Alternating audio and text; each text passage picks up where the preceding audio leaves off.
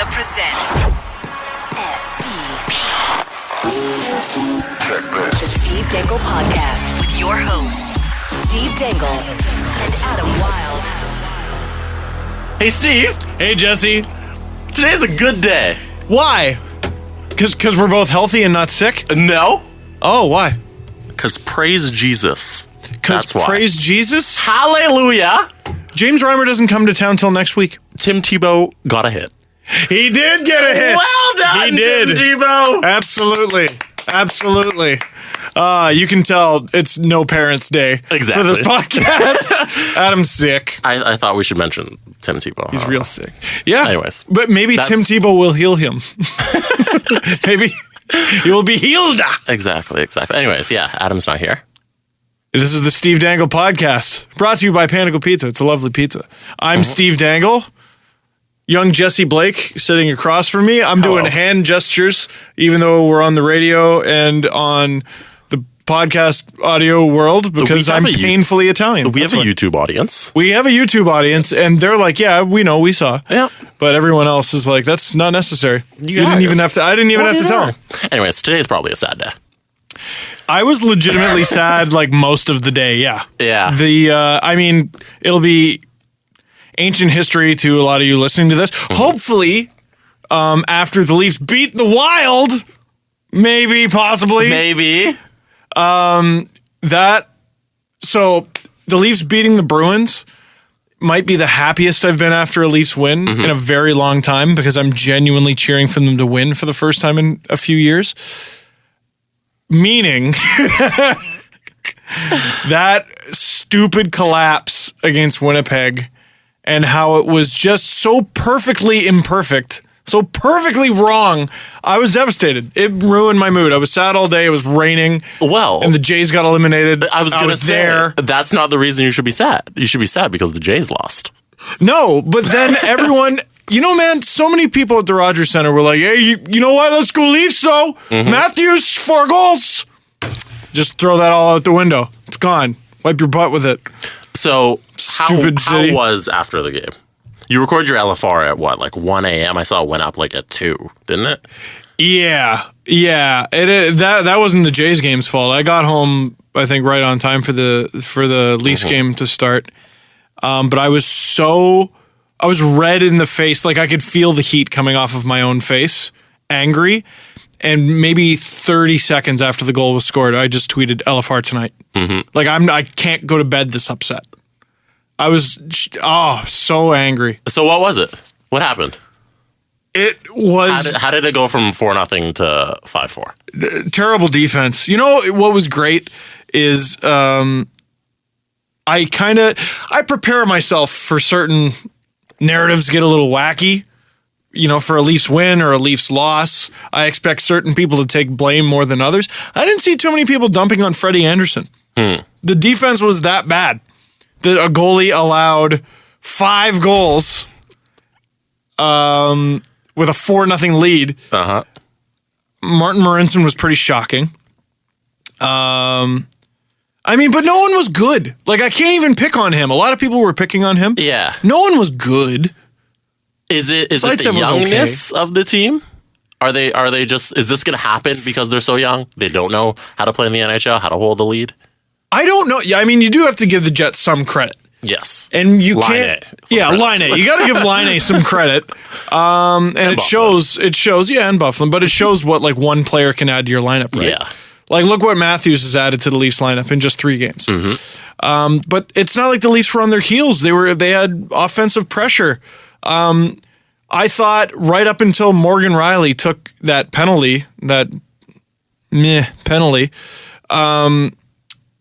from about 3.5 minutes to go till 50 seconds to go, masterful. The puck was in the Jets' end for most of it. The Leafs were just hemming them in. Now, granted, they had already allowed 3 goals at that point. I don't know. I guess it was just the youth. Okay. But God, that was bad. Bad and embarrassing. It wasn't the Blackhawks, which we're going to see on Saturday. It wasn't a team considered to be a cup contender. It was the Jets. I think it hurts more because it wasn't a good team. I think it hurts more because it was a Canadian team. Yes. And because it was Laine. Yes. Twice. And the ending. The Jets fans chanting Laine's better. Yeah. And Matthews comes whoosh so close to ending it in regulation with like a second left. I was like, oh, am I just going to let them have it in the video? And then overtime comes and he gets a breakaway. I'm like, come on, Aston! Come on, it's too perfect now! And he gets stopped by Hutchison. It goes back the other way. I walked away from the TV and collapsed on the floor. I haven't cared about the Leafs this much in a long time. That's not true. I haven't cared about the outcome of individual games this much in a long time. We're 3 games in. And that's what people were tweeting me all day. Was just like, man, it's game 3. You are like, what? One thing I talk about with the Nashville video, the famous Nashville video, is you can count on losing 9-2 once a season max. You know what I mean? That's a once a season thing. It was the 19th video of the season. You're only 19 games in, but you can spaz out because you know you're only going to get one of those this season. What did this season start with? Game 1 was Matthews scoring 4 goals, Leafs still losing. Amazing story, hilarious story, all in one. The Leafs retire God knows how many jerseys on a moment's notice. JVR changes his number. The rookies light it up at the Air Canada Centre, and they whoop the Bruins for their first win of the season. Awesome! I can freak out about that. Game 3, 4-0 lead.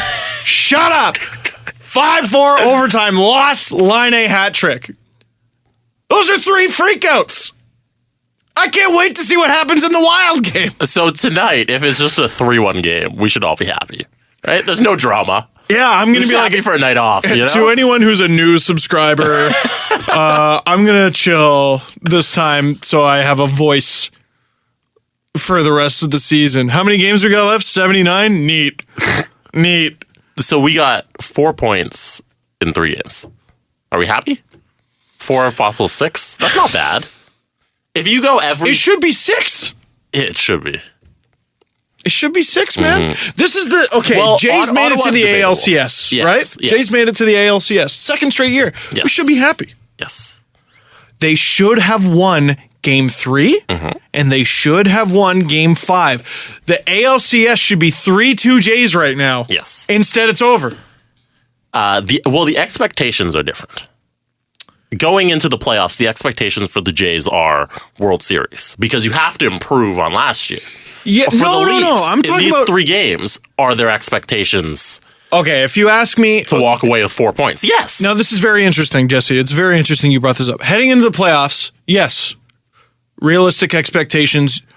You should hopefully improve. Leafs, they finished last place last year. Realistic expectations. If you break even 500, 3.6 games, that's a success. Instead, it's 4 points. That's awesome. Yeah. Jays at least make it to the ALCS again. That's success. Awesome. Nah. Not as much, but awesome. Dude, Game 3, Cleveland's pitcher's finger almost fell off. In Game 5, they were facing a guy who had only one more game of MLB experience than I do. 11 innings in his entire career. You should win those. Leafs, 4 points in 3 games. That's good. You had a player score 4 goals in one of those losses, and you had a 4-0 lead in the other. You should have 6 points. 3-0. 3 for 3. No. You don't. It's not. Is it okay? No. Okay. It's not. Okay. So you think you can retroactively say it's not okay? Even though your expectations were, hey, if we walk away with 4 points, it's cool. But you had it, so it's not cool anymore. Are you allowed to change the goalposts? But we know...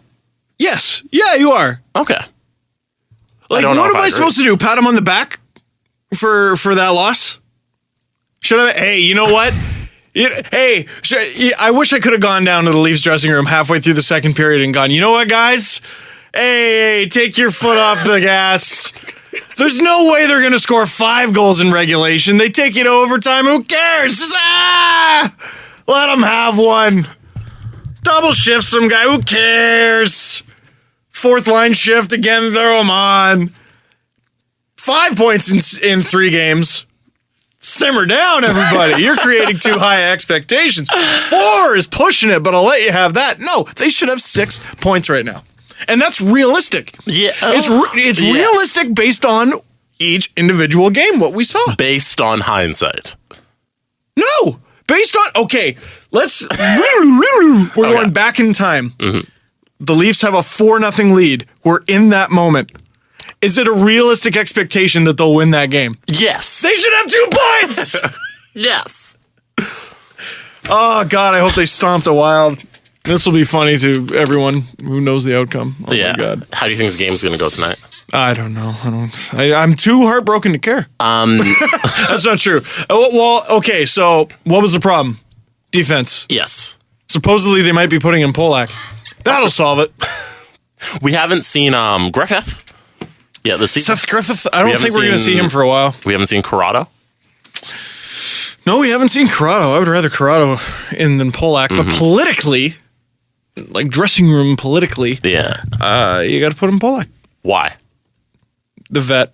Yeah. And why'd you sign him? He's making $2 million. Why'd you sign him if you're not going to play him? Okay. Why do you sign Griffith? Because I think they are making peace with the fact they're probably going to lose Josh Levo. Okay. I wrote a piece for Sportsnet.ca today on some Leafs prospects. I'm going to try to make this a series. And I was going through the team and, I was talking about Kasperi Kapanen and how he was 19 last year. He kind of fell victim to the numbers game a few times. And he had a really hard time shining on last year's Marlies team. He should get a bigger role this year. Same with Brendan Leipsic. Same with Nikita Soshnikov. Andreas Johnson is now in the fold. Hyman's already up. Nylander's already up. Connor Brown is in the Leafs lineup not just because of his AHL success, like production-wise, and not just because he can be a contributor offensively. The guy kills penalties. Mm-hmm. He can play on your special teams. I don't know if Josh Levo was really a penalty killer on the Marlies. I'm going to have to go back and do my homework and check. Okay.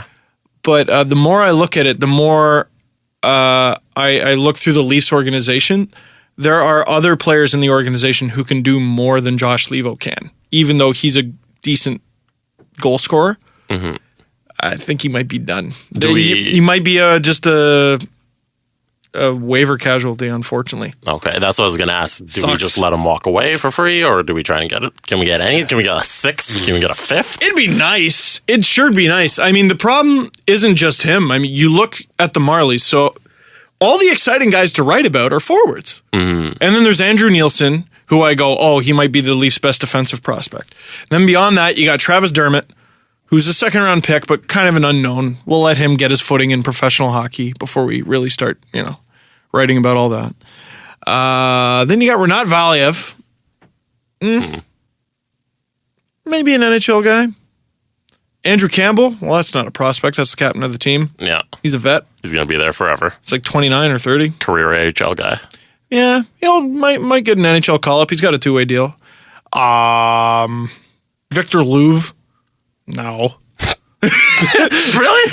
No. Nothing on Louvre? How old is Louvre? 23. Okay. I think I'm not sure. Yeah. But point being, in terms of NHL chances, I would put him below probably Valiev.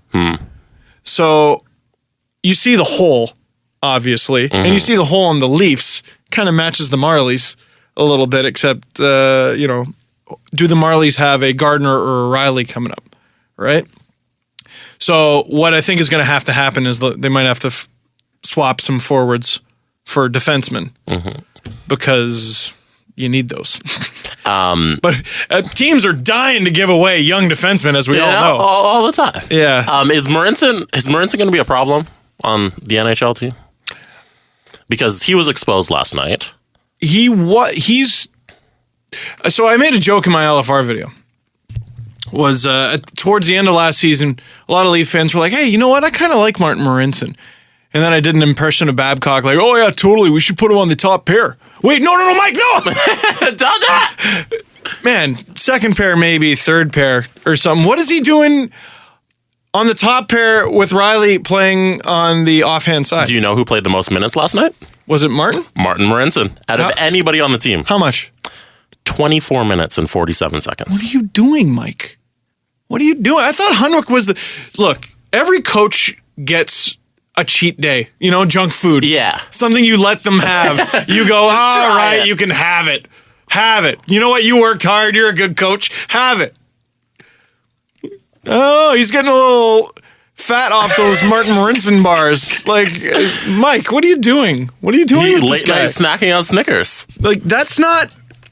You can have a guy. You can have a horse. That's not the horse. No.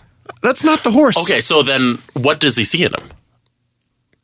Because Babcock's smart enough that he sees something, so he runs him out there more than anybody else on the team. So what are we missing? Maybe he wants a big left-handed shot, or I don't know.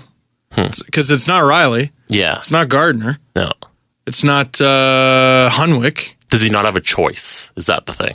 Yeah, it might be. They're thin. Mm-hmm. Their defense is not awesome. Yeah, because who takes up those minutes? Zaitsev, I guess? If you scale back on Marincin a little? And yeah, we're starting to see the problem. If the Leafs get 2 injuries on their back end, they are hurting real bad. And it also depends who those injuries are. Riley goes down, they had a thin chance at the playoffs to begin with. Forget it. Fold it up. Riley or Gardner goes down, fold it up. Fold it up. It's another rebuilding year. Start researching draft prospects. Fold it up. What's the phrase we're going with this year? Fold it up. Fold kidding. It up. Playoffs, hopefully. Why? Did I come up with a phrase? No, the tanking for the first overall pick. We gotta have a... Oh, what's the kid's name again? Nolan Patrick? Yeah. Let Lina get a hat trick for Patrick. There you go. All right. Something for Nolan. Lost. No, that doesn't work. No. Lost one for Austin. Is for in the past. Nolan. No one. No ones for Nolan. This is awful. I'm sorry. No win for Nolan. No wins for Nolan? No wins for Nolan. No wins Nolan. It's like Owen Nolan. What about Patrick? Patrick. No. Nah. We'll work on it. Well, yeah. That's one for the Reddit. There you go. Reddit. Somebody tweet us. Reddit.com/r/Steve Dangle. Let us know what this year's stupid catchphrase for the first overall pick should be. So, verdict on the game, we're disappointed. Should have had the points. So sad. Okay. I'm just so sad. Okay. There's one thing I cut from the LFR that I wanted to shoot was like, you see what happened to the Jays, you see what happened to the Leafs. I almost want to just poke my head out the door and go, DeMar! Kyle! Run! Why do Stars stay here? It's like, I think it's a great city. It's a great city, nice place to live, but money's good. Ghosts. But legitimately haunted. Yes. Not as haunted as other teams like Cleveland before this year. They were us. They were the city that couldn't win. LeBron James, aka St. Patrick, exactly, chased all the snakes out of there. So we got Matthews now. We do have Matthews. Things are going to turn around. We got Donaldson, we got Matthews, we got DeMar and Lowry. It's coming up Toronto. You made me feel better. All right. Thank you. Sweet. And Javink. No, we're not even going to. I tried. No. And that guy on the Argos. What are those? I don't know. I don't know if you wanted to get into the Matt Murray deal first. Sure. How much time we got left? This is weird without Adam. Yeah. Isn't it? Yeah. He's the one who usually keeps track of the time. We got a few minutes. Okay. What do you make of it? So 3 years. What's his deal? 3 years, 3.75. 3 years, $3.75 million. Now, how do you know that information, Jesse? General manager's gone. CapFriendly.com. CapFriendly.com. It's not a news site. It's always been there. Nope. It won't exist soon. Well, there was a rumor from Myrtle that it might get picked up, and then they released a statement saying no. They have no plans on it going anywhere. Plans change. The plans change when a team offers you a lot of money. Yeah. We'll get into that a little later. I will never quit YouTube. Here is $50 million to quit YouTube. I hate YouTube. Podcast, go to hell. Hey, good deal for Pittsburgh. Mm-hmm. Imagine if he's their starter for the next 3 years, because that won't kick in until next year, right? Yeah, next year. Oh, my goodness. So let's say I think that he's 20 at the tail end of 22, or he's 23 or something when that deal kicks in. He is 22 right now. He's 22 right now, so he'll be 23. Yes. That's stellar. If he's their starter, if he's a good goalie, at very least league average goalie for $3.75 million on a team that is always going to be cap strapped because of their star power, that is a stellar deal. Now, Rutherford was talking about how it doesn't necessarily mean Marc-Andre Fleury is out the door. Jim. Is that exactly what it means? Jim. Come on. Come on. Now, how on earth does that saga end? I haven't the foggiest. Okay. That, to me, is going to be one of the most fascinating things to follow in terms of the expansion draft. How on earth do they go about that situation? Mm-hmm. So here's a question. We've talked a lot about Ben Bishop. Someone asked, do you think the Kings should maybe make a bid for him? Because Quick is out for 3 months. Do you think the Stars should make a bid for him? Because even though they have two expensive goalies, they both stink.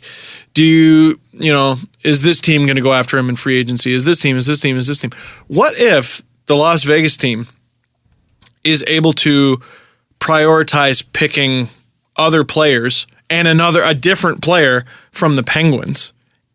Because the Penguins should be a vulnerable team, right? What if they don't grab a goalie and instead they just sign Bishop as a free agent? They're an NHL team. When he becomes a free agent, can they not just do that? Interesting. His deal is up at the end of this year? That's my understanding. Yeah, July 1st, when that team is just a regular NHL team, shouldn't they be able to sign him? Definitely. Yeah, 100%. So you think, but if they can just pick him up, why wouldn't you just take him? What's the benefit of signing him as a free agent? Well, I don't even think they have to claim him. I don't think they have to. Well, if you have the option to in the draft, why not just take him? But wouldn't it be a waste of a pick, though? Because you would technically lose his rights in like 2 weeks. Wouldn't you? I wish we could call Tom about this. Yeah, okay, I see where you're going. Yeah, no, so July 17th or whenever the draft comes around, you claim him from the Tampa Bay Lightning, which means you claim his contract, which expires in a week and a half. Well, then you have the signing rights to him. You have the negotiating rights.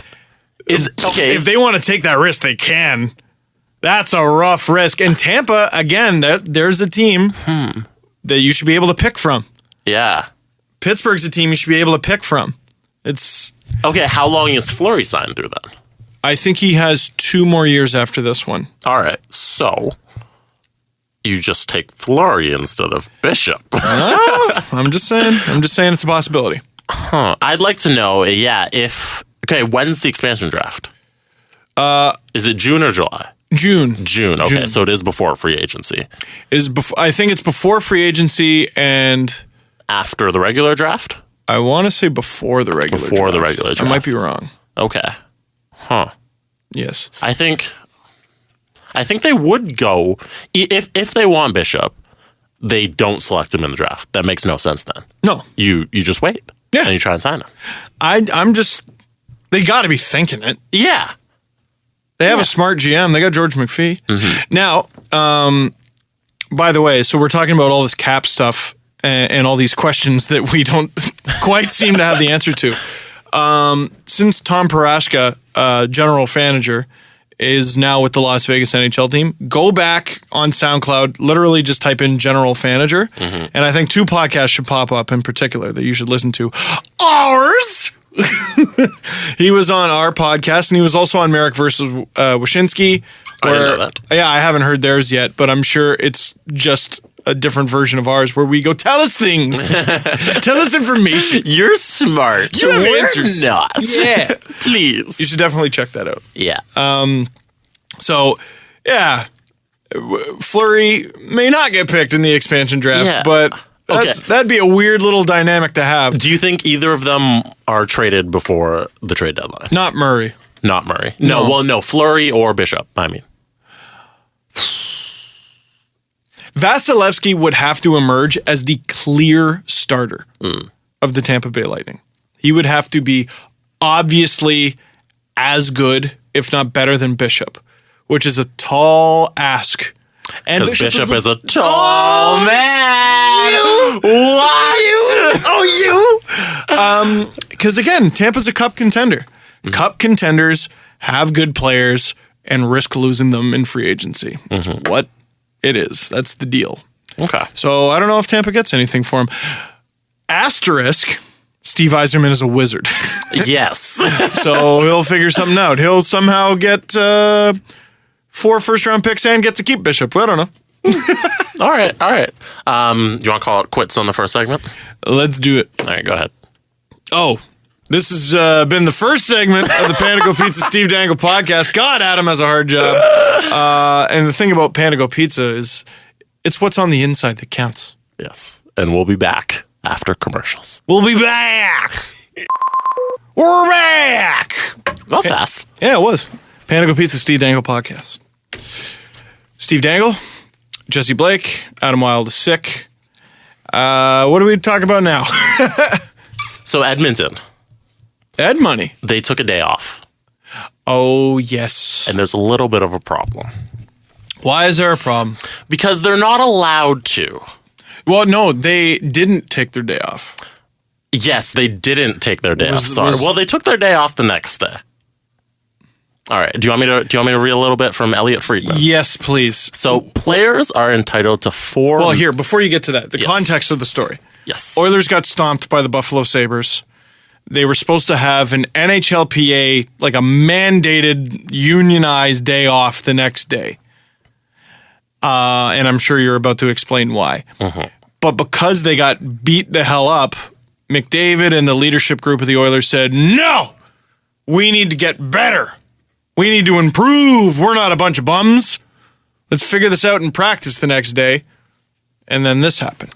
Yes. So players are entitled to 4 mandatory days off per month, agreed to upon the beginning of the calendar change. So at the beginning of the month, the team has to sit down and be like, okay, these 4 days you get off. Guaranteed no matter what. It's in the CBA. But there's a clause that says parties recognize that events may unfold such that the monthly schedule may need to be altered or modified to adjust for unforeseen and compelling circumstances. It's interesting. But okay, Friedman asked the question, is a bad loss unforeseen and compelling circumstances? Let me ask this question. Is having a crappy start to your season reason enough to send Jonathan Bernier down to the Marlies for a conditioning stint? Let's not pretend like there aren't shenanigans all over the league. I would say that's a compelling reason if the players agree to it. Yes. Now, did the players all agree to it? He says, at the time, I specifically asked if that's a circumstance. Both sides said, no, that doesn't count. The NHL and the NHLPA? Yes, the NHL and the NHLPA said no. Losing isn't a compelling circumstance. Now, so there's 2 ways to look at this. They're a hardworking bunch who want to improve their game. I want that kind of player. I want a player who would make that kind of decision on my team. However, there are 23 players on the roster, as far as I know. Now, did all 23 players agree to that? Let's say 4 did not. Hey, 19 still did. Okay, but now those 4 guys are ostracized, and maybe that number would be higher than 4 were it not for peer pressure. Mm-hmm. How do I word this carefully? I have heard stories where a player had to approach the NHLPA. This was a rumor. A player had to approach the NHLPA regarding a coach pressuring a player to return from injury before they were comfortable. Now, the player can go yes or no. Mm-hmm. Player can say yes or no. But does that coach have the right to pressure them? Does a captain have the right to pressure his teammates into a practice that they have not previously agreed to? A practice that violates the agreement. It violates the CBA. Now you can say, well, back in the day, you would do whatever it takes. Look, I don't know. Like, what is stopping these guys from renting their own ice and just independently doing this? That did happen. That is what they did? No, San Jose, I believe. It was San Jose or Anaheim. Anaheim. Remember how Anaheim started poorly last season? They did. Very. So around Christmas time, they had a practice with no coaches. Okay. So under the CBA, that's cool. That counts as your off day. So why wouldn't they just do that? It's just a group of guys who got together and rented some ice. So why wouldn't they just do that? They wanted their coach's guidance? They wanted McClellan he wanted to be there. He wanted to coach him. Is that what it was? I don't think that's what it was. Because I thought he was upset about it. He said, we're good with this, so who cares? Oh, he said we're good with this. Yeah, like the team and the leadership group said, we're good. He was there during practice. He wanted it. Who's we, Todd? And that's the problem. Yes. That's the problem. You got to get like in writing in like a private booth. Mm-hmm. Each player goes, yeah, I'm totally cool with this. Yes. We don't know what plans they had. Mm-hmm. Like maybe they go, yeah, I know I have this day off, so I'm going to go visit my sick grandma. Well, are they supposed to cancel that plan because they lost the night before? Mm-hmm. Like that's the first and only time the Oilers are going to lose poorly this season. Let's get real. Or any team. Yeah. Any team. The team that ends up winning the Stanley Cup this year is going to have a few 3 or 4 goal losses where they think about it and it ruins their next couple days. Mm-hmm. And then that goes back to the language. That's not a compelling circumstance. But to go into the legalese, now I don't know law, but I've dabbled a little. That language is very open to interpretation. That's why it's like that. That is very open to interpretation, and I bet you Oh, are you ready? Are you ready for... I bet the Oilers skate. Ah! What? I mean... Here, so read it again. Read the language. The language, okay. The parties recognize that events may unfold such that the monthly schedule may need to be altered or modified to adjust for unforeseen and compelling circumstances. So those 4 days can be changed for unforeseen and compelling circumstance. But losing isn't one of them. Well, I don't see it as... Says who? Says precedent. Ooh, because what precedent? There isn't one. The 4 years since this has been signed, no one has moved a day, an off day. That's not necessarily precedent, though. That's 4 years of precedent. This, to me, is the precedent. They're about to set it. Okay. They're about to set it. The NHLPA now has 60 days to file a grievance and call up their lawyers. Now, this is interesting because who gets in trouble? The Oilers? Team. Why? I'd say the coaches. It's the player. I would say. But it was called upon by the players, though, was it not? The players and McClellan was there. He coached them. That doesn't mean he called for it, though. He had influence in there. Trust me. You can't say that McClellan didn't have influence in there if he's the one coaching them. He would be like, no, guys, go do it on your own. All right, fair enough. He got in the room, he got on the ice, and he taught them things on a day they weren't allowed to. And that is the interesting part of it, because if he's not there, there's no problem. It's cool. So the precedent is...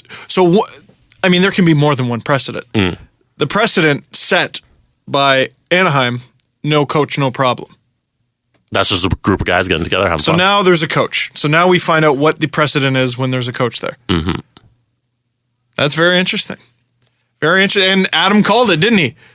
The most fascinating team to watch off the ice this year is the Oilers. Because they always are. Do you think McClellan whispered in McDavid's ear? I think... Remember Hockey Night in Cinema? Yes. What was one of the topics discussed on Coach's Corner? It was a very... It was a... Yes. Yeah. Casual xenophobia?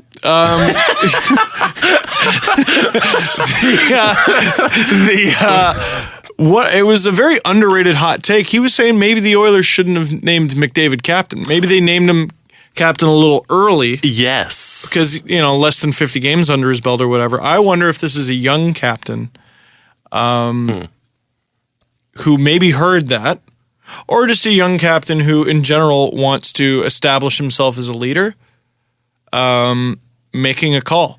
And by the way, 3 or 4 games into him being captain, NHLPA grievance.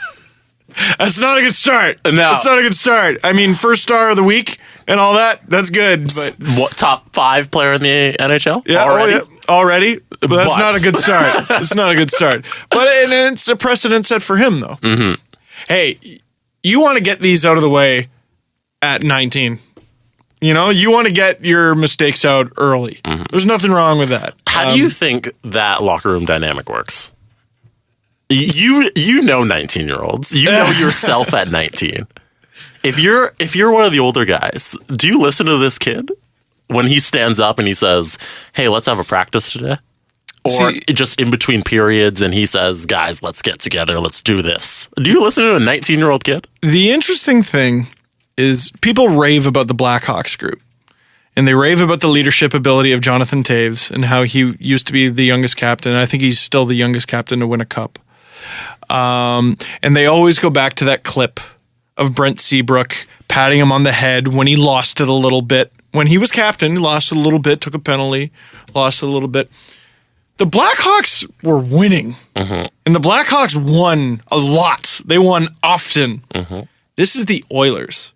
I think I would listen to anybody. I would listen to a 19, 20, 21-year-old if I'm winning 5 out of every 7 games or so. Who cares? You're winning. I'm winning. Am I going to take crap from Connor McDavid, even though he's Connor McDavid? Even though he's better than you. If I'm Milan Lucic? If I'm Andrej Sekera? Mm-hmm. If I'm Matt Hendricks or any of the other older guys in that team and we're 5-6 games under 500 come New Year. And you're about to miss the playoffs again for a decade or however long it's been.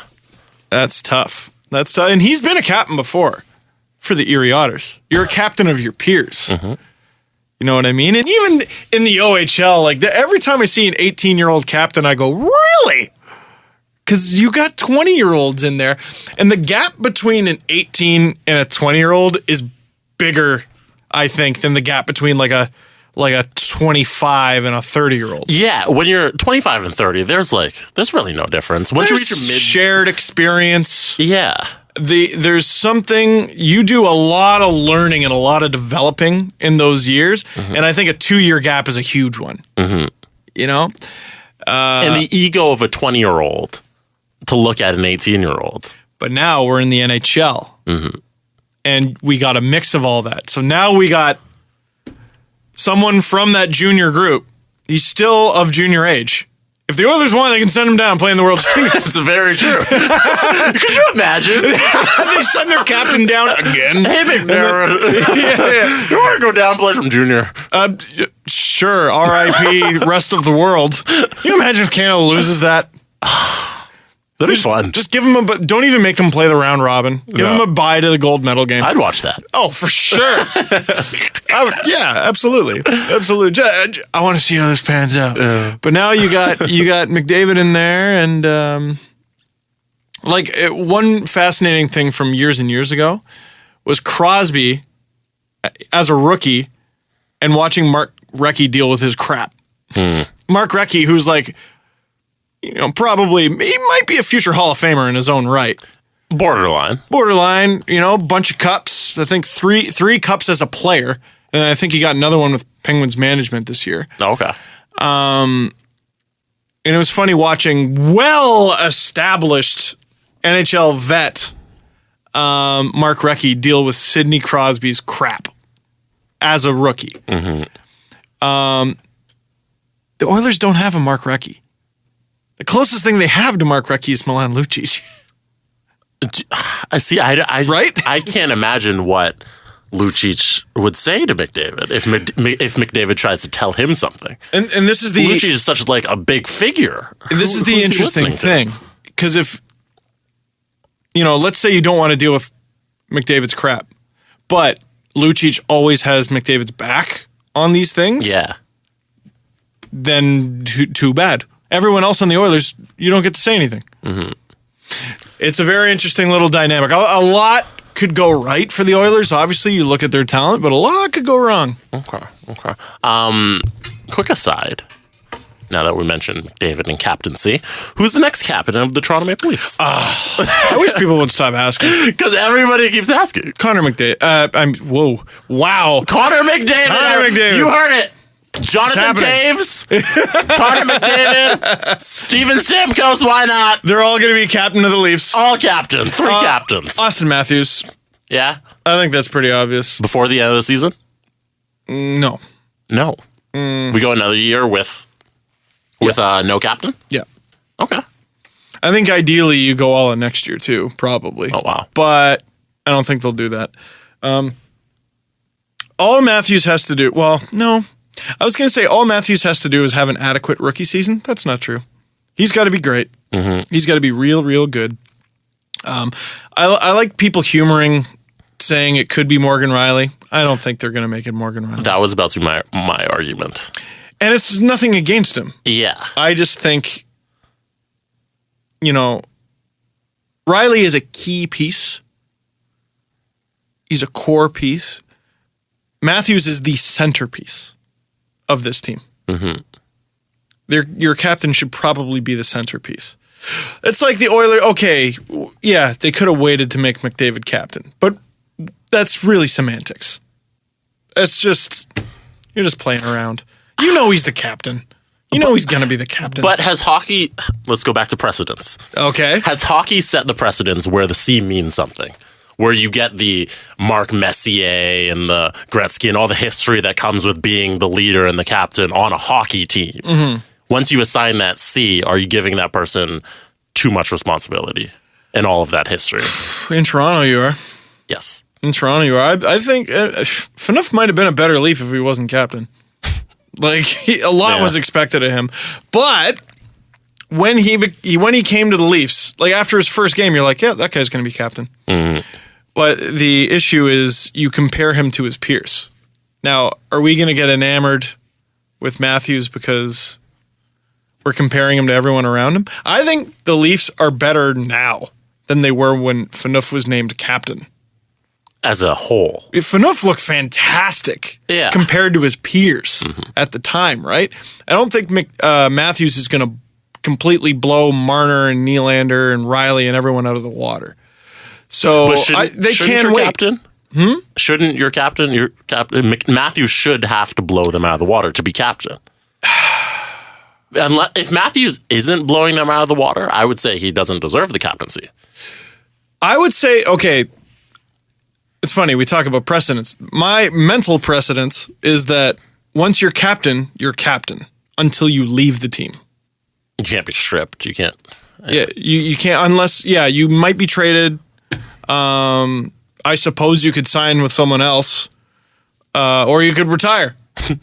But the precedent set by the San Jose Sharks is, who cares? It's moving around. We'll move it around. Yeah. It's fine. You want make it Rielly today? 1 year. You can be captain this shift. Next shift, you can be captain. There you go. No problem. So I suppose they could take that route, but I think it's going to end up being Matthews. Okay. Also, it's too early to tell. We're guessing. Mm-hmm. Where, if Matthews scores 40 points, he's not going to be captain, but if he scores 60, he is. What? We're just guessing. We don't know how the season's playing out. And, we talk about naming McDavid captain after less than 50 games. How about less than 4? Because that's where we're at. Yeah. With Matthews right now. Early. Less than 4. Early. Did you see the note about Babcock and Marley over the summer? No. Note about how much contact Babcock has with the players? So this is interesting. I'm interested to hear about this because Stamkos talked about Babcock being on the phone like every day with players of Team Canada. Oh, wow. For the World Cup. Mm-hmm. So I was like, he must be the same with the Leafs. So, yeah, it looks the same. Riley's quote was, he's in contact with you in the summer a lot more than you think. Not all of it is hockey. Yes, he's asking if you're doing what he wants you to do, but he's also asking, what else are you up to? And they said, I like hearing from him, but my family was surprised at how much he reached out. Interesting. Yeah. What do you take? How do you take that? How much does he get paid? He should. He should. Like, I was surprised the first time I heard that, but good. He should. That's a guy who takes his job seriously. And what's he doing in the summer? Yeah, I know you get the summers off, but it's funny. That's getting a leg up. It's not against the rules, like, a CBA day off. But now, here's the question. Could a player just be like, you know what, it's my summer off, and like go to his rep and be like, this coach is bugging me? Oh, but then you're that guy. But it's within my rights. My RAHTS. My rights. By the way, we didn't mention this during that CBA talk, but they were saying how the Western Conference teams struggle with this rule as well because travel days don't count as one of your off days. So if you have a full day where you need to travel and you can't practice, you still need to make room for that off day as well. So Western Conference teams struggle even more to get practices in during the season. And the Edmonton Oilers are one of those teams, and they probably have more travel. They're probably top 5? I would think so. Vancouver's top 1, pretty sure. Because they're not really near anyone. Like, at least Edmonton and Calgary are close together. Mm-hmm. Vancouver, they have like the California teams. And if you look at a map of the NHL, it becomes pretty apparent. They're not really close to anybody. Mm-hmm. That sucks for them, yet traveling is working. You wouldn't be doing it if you weren't working, right? So it should count. Okay. How do you think that ends?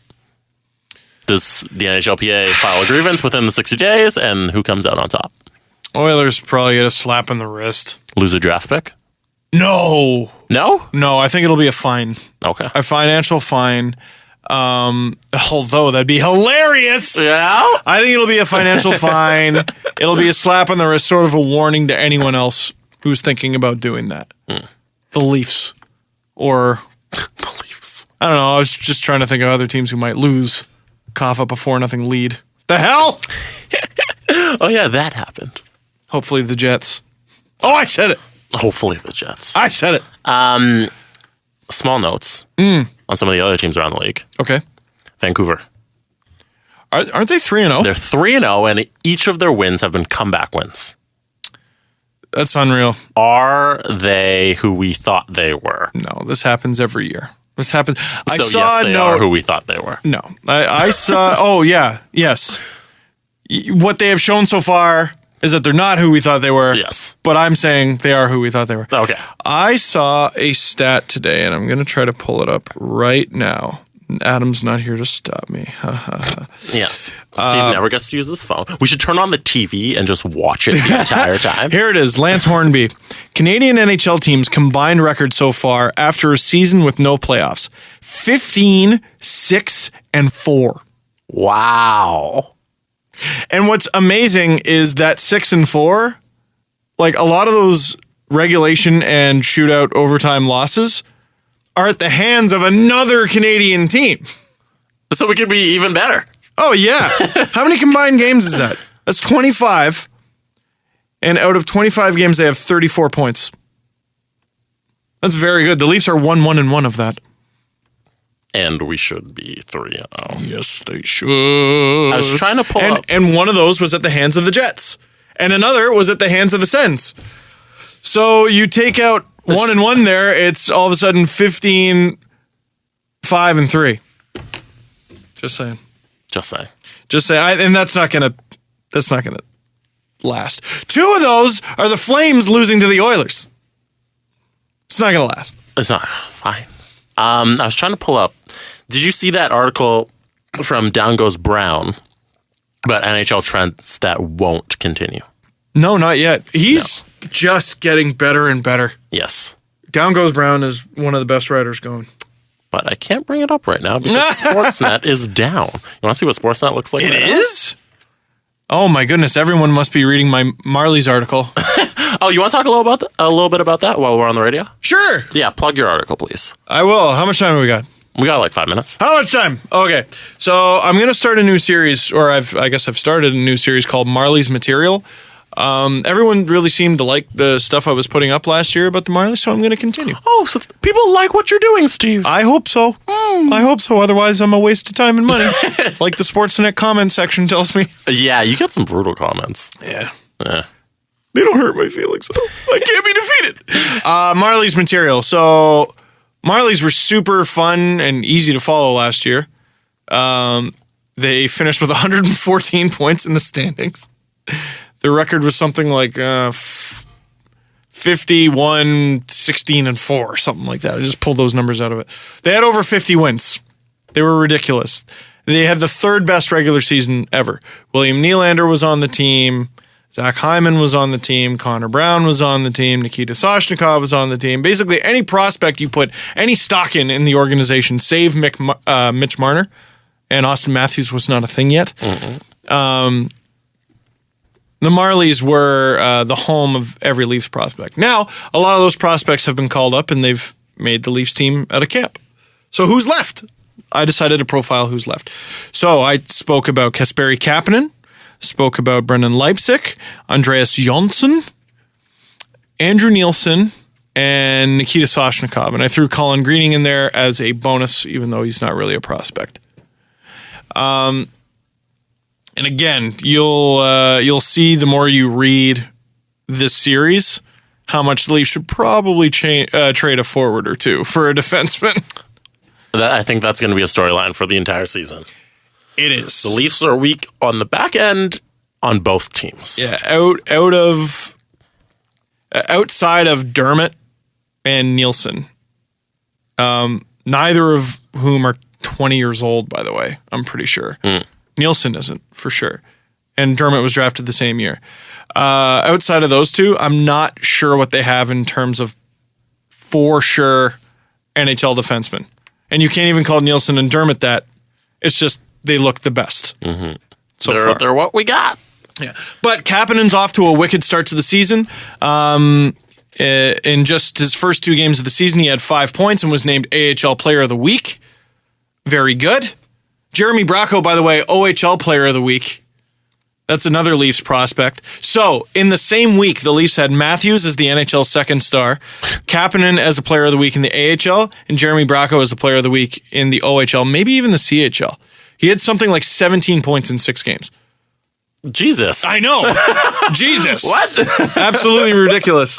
Star for the Kitchener Rangers. But thinking about Kapanen being named number 1 star with 5 points in 2 games, Brendan Leipsic, another Leafs prospect, also had 5 points in 2 games. Those same 2 games, actually. By the way, the reason the Marlies did so well in their first 2 games, they were both against the Utica Comets. We saw. Yeah. We saw one of the games. Utica, not as good. Not a great team. Not a great team. So, Leipsic. You know what that means? What? Vancouver's doing a great job. Yeah. Yeah. Playoff team. So, Kapanen and Leipsic were 2 young guys on the team, not named William Nylander, who kind of fell victim to the numbers game. At times, Leipsic was given a little bit more leash than Kapanen, I think. They're going to be centerpieces of this team. They're going to be horses and potential Leaf call-ups. So I just wrote about, some observations. Okay. And what they need to achieve. I also wrote about how, hey, Nielsen may very well play himself into seeing some NHL time this year. If a left-handed shot goes down, if Matt Hunwick goes down or something like that. Or maybe they just throw in another one of the right-handed shots. And maybe, by the way, This is why the Leafs are carrying 8 defensemen. Because they want the guys they currently have in the Marlies to develop. Mm-hmm. They want to leave them alone. They don't want to do all the yo-yoing and all that. Andreas Johnsson is another fascinating prospect. 3 goals in 2 games. Reason he's fascinating is because there's been all this hype around him for several years now. He was tearing Europe apart. And then he finally comes to the Marlies during their playoff run in the middle of the second round. How on earth is he going to fit onto the team? Guess what? Gets knocked out cold with a dirty hit. Guy who lays the hit, Dan Kelly, in the Devils system, got 10 games, and Johnson was out for the playoffs. 3 goals in his first 2 regular season games, so he's looking real good. And who's the other forward in there? Soshnikov. Now, did you know Soshnikov is 23? I did know that. Did you? I did. No. I did not know that. So the thing about Sosh and being 23, you know how many forwards the Marlies have that have played a game this season and are older than 23? Currently on the Marlies. Currently on the Marlies and have played a game so far this season. That are older than 23. Yeah. So not Brooks Lake. He hasn't played a game yet. 2. 4. That's it. Byron Frais, Colin Greening, Rich Clune, and Marc-Andre Cliche.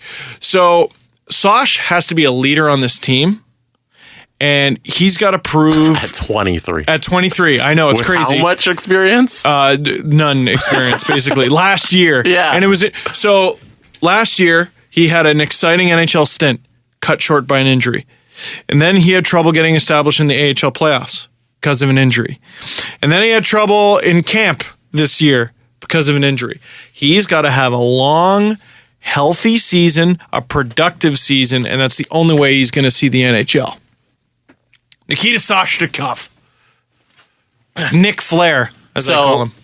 If you enjoy this article, if you head to sportsnet.ca and you read it, you should expect more of this from Steve. Absolutely. And I will make my way down to the MasterCard Center in Rico and actually talk to these guys. Yes, because covering the Marlies will be Steve's newest endeavor this year. Yeah. Your old new endeavor from last year. Yeah. Yeah. Well, it's funny because no one does it. Yeah. No one does it. Someone should. Someone really should. Those guys are going to be on the team soon. In like 2 seconds. Yeah. You show up to a Marlies morning skate, they're like, hey, what's up, man? You're here? What are you doing here? Cool. Yeah. Anyways. It's actually kind of awkward. The players look at you from the ice like, oh, there's one. We found one. Yay, someone's talking about us. Anyways, you want to wrap it here on The Fan? Yes. Thank you very much for listening to the Panago Pizza Steve Dangle podcast on Sportsnet 590 The Fan. I'm Steve Dangle. You've been listening to young Jesse Blake. Send your well wishes to Adam Wilde. And on the download portion? And on the download portion, we will talk about general manager drama. Yes. And little Nintendo talk. Oh, a little Nintendo talk. Yes. I love Parents Are Gone segments. Yes. We might talk about UFC all we want. We should just go talk about UFC the entire time. Ron is coming back, Jesse. What? But that's for the download portion. Sportsnet.ca, SoundCloud, iTunes, Pod Stitcher, YouTube, Udoob. And we will see you next time. All right. Let's start with general manager. We went hockey heavy today. Yeah. I like it. If I seemed a little spacey in that Marley segment, I got a feeling that I haven't had since I worked at the zoo, where I spoke so much consecutively that I got lightheaded. I was just letting you go. I'm sorry. No. So should I have interrupted? No. But I started to I was drooping because I was talking to the point where there was no oxygen in my brain. I used to do that at the zoo all the time. Those were 25-minute, half-hour tours, and I would have to do 8 to 10 a day. I would like to know if that happens to normal people, or if you have some sort of disease. Maybe there's something wrong with me, which frankly would be a relief. You know? Wouldn't it just confirm what we all assume? You're not just weird. No. There's something physically wrong. You're not just weird. You're fucked. There's something up there. Yeah, that's good. I'd be okay with it. I'd like to find out. Then at least you can medicate me or something. Exactly. No. No, because then I couldn't do the videos. Imagine if we discover there is actually something wrong with me. I couldn't do it because it would make me not me. What if we discover What? That hat guy is your true personality and Steve Dangle is the other one. Can I speak to Inspector Butters? So, general manager. Where is Professor Chaos? Yes, general manager. Tom Parashka? Tom Parashka. He left. He left his site that he owned, which is very important, that he owned. And created. And ran. To sign with Las Vegas. Las Vegas unnamed. Yes. But so, previous to that, I was very excited because about a few weeks ago, he signed with the Nation Network. And by signed, what do you mean? I don't know is the thing. Exactly. I do not know the inner workings of the agreement between Tom of General Manager, and the Nation Network. I know the owner of the Nation Network, Wanye Gretz. I know Tom. I didn't ask either about the business agreement because that would certainly be inappropriate. I don't know what they had. But the reason, I got to address it. I can't not address it. Because you're caught in the middle. Well, I'm not necessarily caught in the middle. Yeah. That was great, Jesse. That was very good. It was not. You know what sucks? When you sing and then apologize. I do it too often. I'm Canadian. Stuck in the middle. You're right. I'm sorry. Here's some maple syrup. Wanye goes on this tangent of an article. Who, again, is the owner of the Nation Network. Yeah, Wanye Gretz. Which includes Leafs Nation, Oilers Nation. Oilers Nation, Daily Face-Off, General Manager for like a second. Maybe. And NHL numbers. So he writes a post. He writes a post that goes over very poorly online, basically talking about how he felt betrayed by Tom and kind of swindled, and Tom lit a pile of money on fire by taking the website offline because to Wanye, he assumed, because he knew about the offer. He's like, yeah, totally, go work for the Vegas team. Go. That's fine.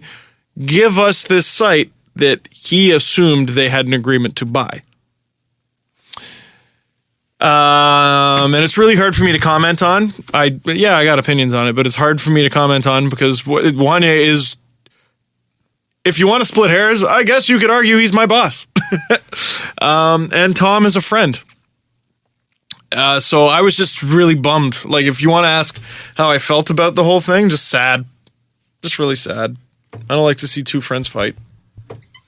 Okay. But you can't stop me from telling young Jesse to read said article and make observations. Now, Wanye goes in depth in this article about how he has an agreement with Tom. Now, that could mean a number of things. Yeah, that could mean written. That could mean verbal. My understanding of an agreement is that it's not official until it's signed. If Wanye had an agreement with Tom for the site, Wanye would have the site right now. You don't have to agree or disagree, but my understanding of how a transaction works is that when you get something, that's when you have it. So I look at it as Wanye got bested by a corporation that's much bigger than him, a.k.a. the Las Vegas, a.k.a. the NHL. They weren't picking up Tom for Tom. They were picking him up for Tom and general manager. Is this Vegas? Vegas. Now, are you assuming the Vegas NHL team bought the site as well? I am 100% assuming that. That is because why would you not? My assumption as well, but we do not know that for sure. That's my assumption. Like, that's what the Leafs did with Extra Skater. That's why we don't have Extra Skater anymore. Extra Skater exists. Mm-hmm. It's there. So does general manager. I don't know that. I don't know that to be true. That is just what I assume, because that's what makes the most sense to me. Yeah. But I don't know that to be true. Yeah, none of us know it, but like you said, it makes the most sense, so we can go ahead and assume it. So. That's Las Vegas. We should name this episode Precedents because the precedent set by Extra Skater it probably still exists. You don't pick up Tom unless you're picking up the website. You're not buying that for yourself. You're buying that so the 30 teams you're about to compete with can't use it. Which is odd because, like, damn, how valuable is that expansion draft tool? Because other sites have that information. NHL Numbers, while not the greatest site, has the information, and they are working to improve the site, as Wanye mentioned in that little rant there. And CapFriendly's got the info. But if the info was readily available, it would be out there everywhere. There'd be a million of these sites, right? I guess. And when they took Extra Skater off, that information was still out there. It was just on other sites. Not as fun to use. Some people really knew how to use them. I didn't. I don't know. Yeah, and Wanye threatened to bring out the lawyers and then said he wouldn't by the end of it. I don't know about threatened. If you say you're not going to do something, it's not really... I guess it's... I don't know. He said the only people to benefit from lawsuits are lawyers.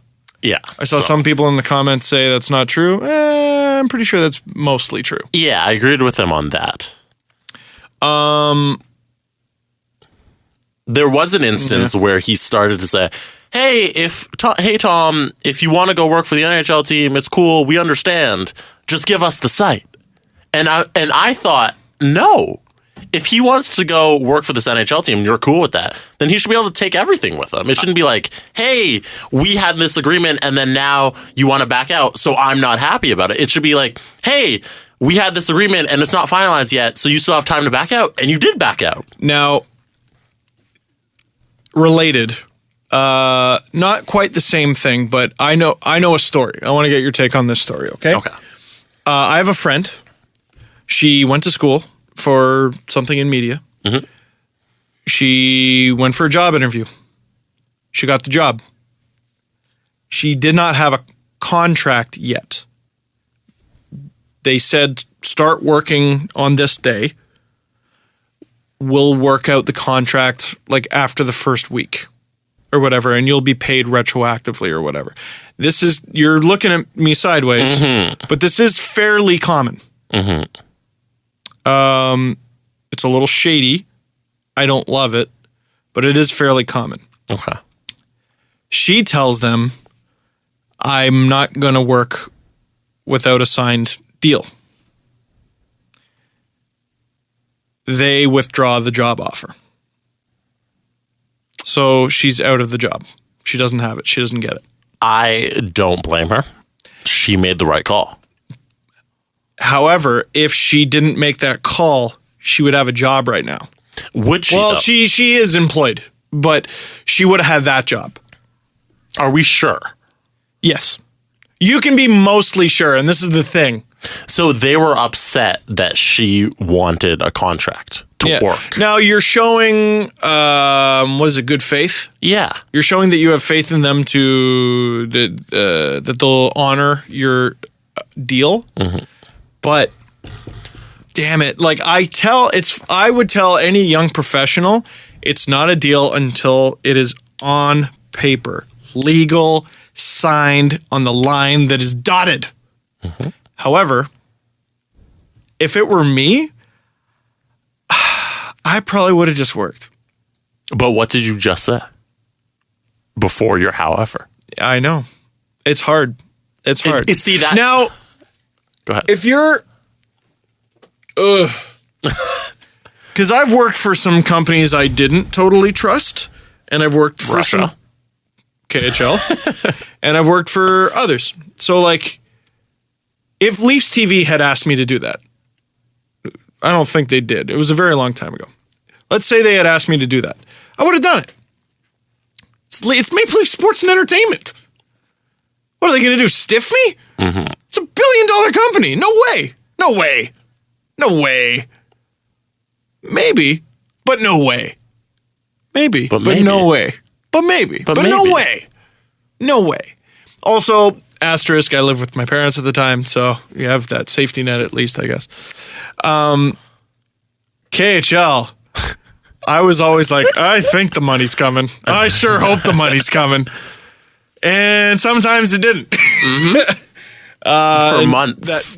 For months on end. And that's a famous story that I don't feel like getting into. Yeah. Or if Nike had signed a deal like that, although they were very by the book. Or if CBC or Sportsnet or...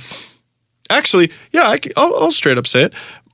My most recent deal with Sportsnet, we came to the agreement that if it couldn't be worked out by a certain date, we would just figure it out and backdate it.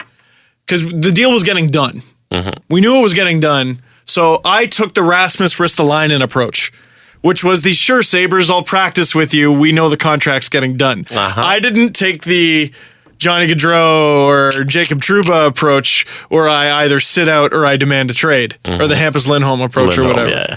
I took the Rasmus Ristolainen approach because there was no reason not to take the Rasmus Ristolainen approach. It was going to get done. But I also had a previous relationship with them.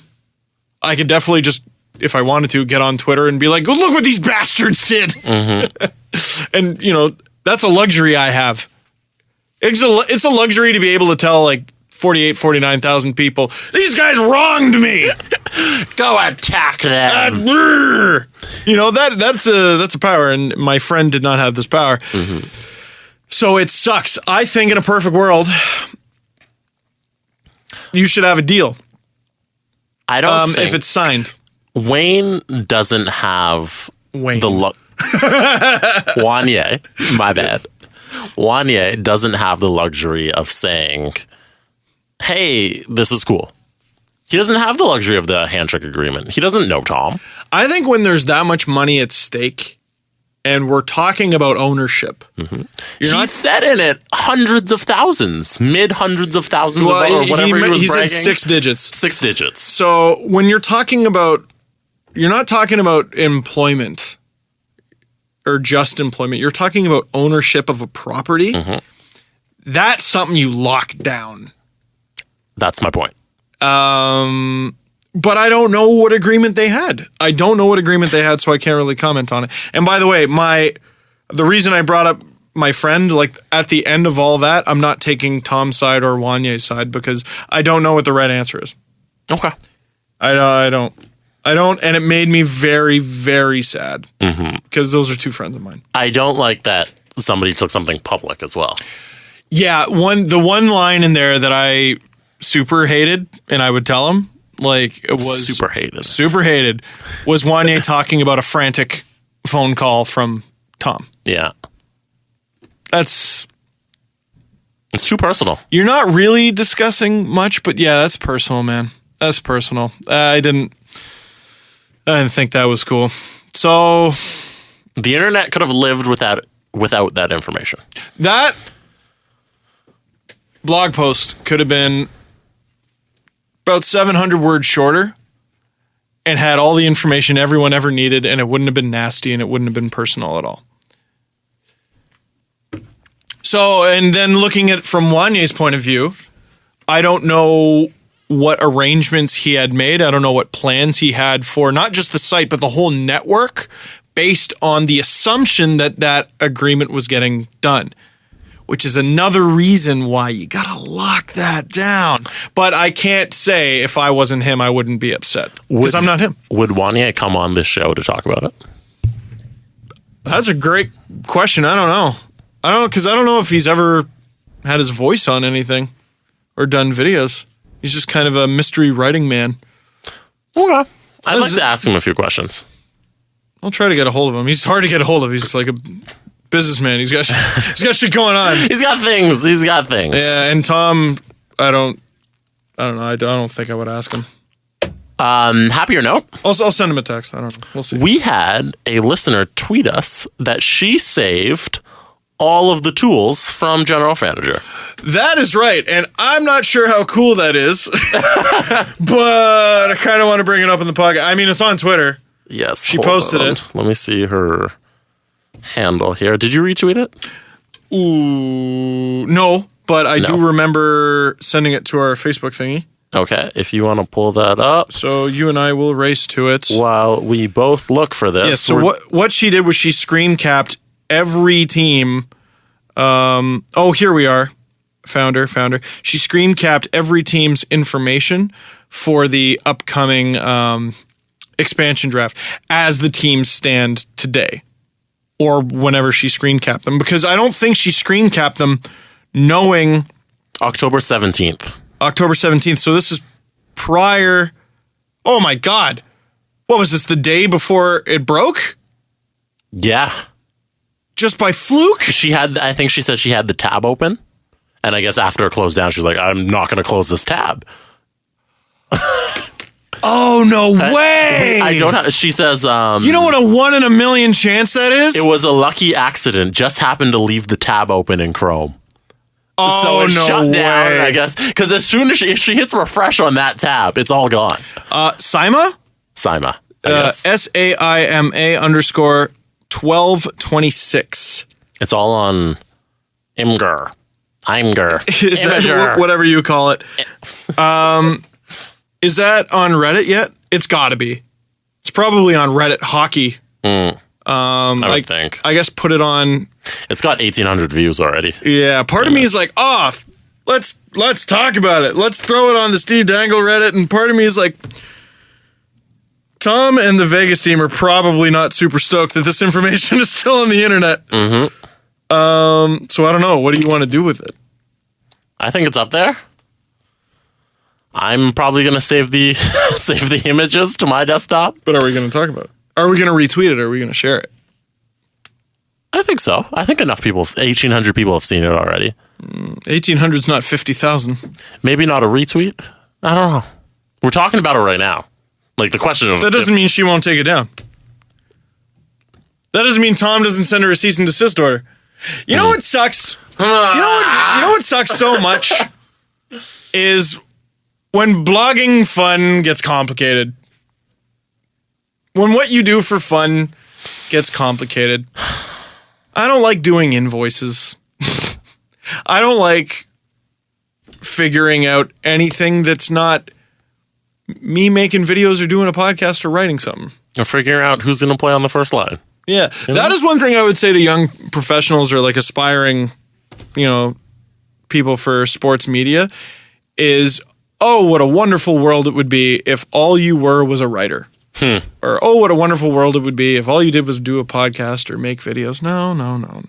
You're never one thing. No, especially if you're freelance. You're going to learn quick that you are your own manager and secretary and all and of salesperson. That. Oh, and salesperson. And, yeah. Like I learned very early on that I was no good at pitching, which sucked because I had to pitch myself all the time. Mm-hmm. And I think I got better at it, but I still wasn't very good. Adam. I was about to say, that's why we have Adam. Just unreal. He's so good. He's good at pitching. But there's another guy who's had to do it. He had to do it longer than I did. Would you say that Adam's good at pitching? Pitching things? Jesse, where are you going? Just saying. Anyways. Adam's the Aaron Sanchez of radio. But no, like if what a wonderful world it would be if that's all you had to be. But like anyone who freelances, I'm probably going to get DMs like, it's a huge pain in the ass. Mm-hmm. There's some talented, hardworking people out there who are not seeing the fruits of their labor just because they don't know how to properly market themselves or sell themselves. Which is a shame. It is a shame, but it's all part of it. Now, that's not quite related to what we were talking about, but it sort of is. So, are you going to retweet it? You don't have to decide now, but if you know now. If, you know what? At some point, we've said on this podcast, hey, just Google it. You can find this yourselves. I'm not going to do it. We talked about it. And you would know about it if we didn't mention it. You gave out her handle. You can find it if you want it. And she listens. You can decide whether or not to leave it up. Well, it's there now. Yeah. It's there now. Like as if someone's ripped it off already. It's there. Yeah. It's there forever. Okay. Also, it's just screen caps. You can't use the tool. Mm-hmm. And the rosters are going to update. I was going to say, as soon as anybody makes a trade and makes a deal, it's going to be outdated in like a couple months, but it's still handy. Well, and anyone, like, I'm not trying to insult Tom, but anyone could make this. Like, it's not incredibly complicated information. The best thing about the tool was the interactiveness about it, not just the information there. Yeah, so like I'm looking at the Chicago Blackhawks, right? For Jonathan Taves, it tells me his name, good. His age, his position, his cap hit, whether or not there's a no movement clause, and then next to that it says the number 70 in a box. Do you know what that is? 70. Here, look, right there on my phone. Do you know what that is? No. I have no idea what that is either. Huh. For Panik, it says RFA because I assume he's an RFA at the end of this year. Oh, it was... So, like, that information's there. That's like the 70 games or something, and then there's another... 70 games? It's like there's a minimum something and something if you qualify for the draft, isn't it? And there's like two... There's no way Taves qualifies. If you don't qualify, if you reach a certain amount of something, I don't know. Okay, so we're missing one piece of information. Yeah. And I'm sure that's out there. I'm sure CapFriendly has all this too. Yeah. So, I mean, we're not giving away vital information here. No. But it was that you could use the tool. Yes. And as if they signed Tom just because he made a site that has one function. Like you don't offer up a crazy amount of money and make all this commitment so you can use one thing that involves literally 30 clicks. Exactly. And that's it. Exactly. Anyways, sad day. Site's gone forever, maybe. CapFriendly. CapFriendly still exists. NHL numbers, even NHL though numbers. The owner of the network that owns that site said it was garbage. Which is true, but still, you probably shouldn't say that. Do you want to talk a little video games? Let's talk a little video games. Nintendo Switch. Did you watch the video? I did. What did you think? I don't get it. Okay. What now? Okay, the screen that they were playing on. Mm-hmm. Is that the Switch? What's the Switch? So is it on my phone? There's a little. It's a little console. So it is. So it's not my phone. No, it's not on your phone. Nothing to do with your telephone. I think any portable. I don't know. Is your phone not the console today? That's what I was going to ask you. Okay, sorry. So the Switch is a console. Nintendo Switch. It's like a Game Boy. It looks kind of similar to how the Wii looked, except it's a little smaller. The Wii U. The regular, the old whatever. Wii, the white one. No, not the Wii U. The original Wii. This is oh my god. It looks a little like the Wii. Crusty man. It'll sit next to your TV. There's a little screen that slips inside of where the console is. If that makes sense. But what about the part of the video where they were playing it in the park? So you slip out. I'll show you the picture. Yes. So you slip out the screen from the middle of the console. Okay. So when the screen is inside the console is like a regular PlayStation or Wii or Xbox. It connects to your television. Oh. But you take the screen out of the middle of the console and you attach your controller to the screen, and it becomes like a Game Boy. Oh, that's sick then. That's sick. Oh, now I get it. That's super sick. So you're playing Chell. Oh, screw the phone. You're playing Chell on your console. You will pause your game, slip out the screen from your console, attach the controllers to it. Now it's on your Game Boy. Oh, that's the sickest thing. That's why they call it the Switch, because you're switching from screen to screen. Nintendo's awesome. That's great. Yeah, no, I'm all on board now. I get it. I'm a slow learner. But ask any teacher I ever had. My question is, with the phone thing. Yes. Do we need another screen? Why? I look at this and I say, you know what? I would scroll Instagram, then play Mario Kart if I had this. No, I don't know about that. You know? Instagram's not that fun. Instagram's pretty fun. There's a lot of memes on Instagram, Steve. There's a lot of really stupid memes on Instagram. There's also, what is it with the trend of Vine and Instagram videos that are not, they're meant to be funny, but they're not people being funny as much as they are people being awkwardly hot. What do you mean? The thumbnail is always boobs or whatever, yeah, an ass, And then it's not actually funny. It's like the girl is stumbling and the guy looks down her shirt and it's the close-up of his eyes going, whoa! And that's every one of them. Yeah. I'm like, have I seen this before? No, it's a new one. It'll be like when you come home from work and the food isn't made or something, but it'll be a picture of an ass. Of a girl's hot ass. On the thumbnail, and then it's just a dude walks in the door, and then there's a hot ass, but then she's making food or something, and it's just and it's not funny. I didn't even breathe out of my nose at it. Yeah, it's just you click on the thumbnail because you see girl, dude, abs. Yeah. Yeah, or just a shirtless dude. Because girls grunt too. Yeah. Abs. And it's not even funny. It's just them being awkwardly hot. Yeah. That's all it is. I don't get it. It's not comedy. I don't get it. Do they go, I'm a Vine comedian. I'm an Instagram comedian. No, you're just a Vine awkwardly hot. I think it works because people click it. And that is But what does it work at? It works at getting clicks, but what is it? It's not actually anything. No. Keeping Up with the Kardashians. Mm-hmm. Tons of people watch it. What is it? What do they get? What's the benefit? It's content. What's the entertainment? Content that people click on and watch. And that should be its own genre. It's not drama. It's not comedy. It's not horror. It's a bunch of shit. It's content for content's sake. That's literally all it is. And that's the internet nowadays, which is a shame. What's the one that's not Kim or Chloe? Courtney? Courtney, yes. There's Courtney, Kylie. Can she move her face? Kendall. Like she's. Anyway, we're getting off track. Where do we start? Oh, so Nintendo looks fun. Are you going to buy that? Are you going to consider buying it? It's coming out March next year. Now, here's my thing. Yeah. Here's the heartbreaking thing about being 28. Nobody likes it when you're 28. Every time I see a new video game, like that looks really good, I'm like, oh, I gotta get that.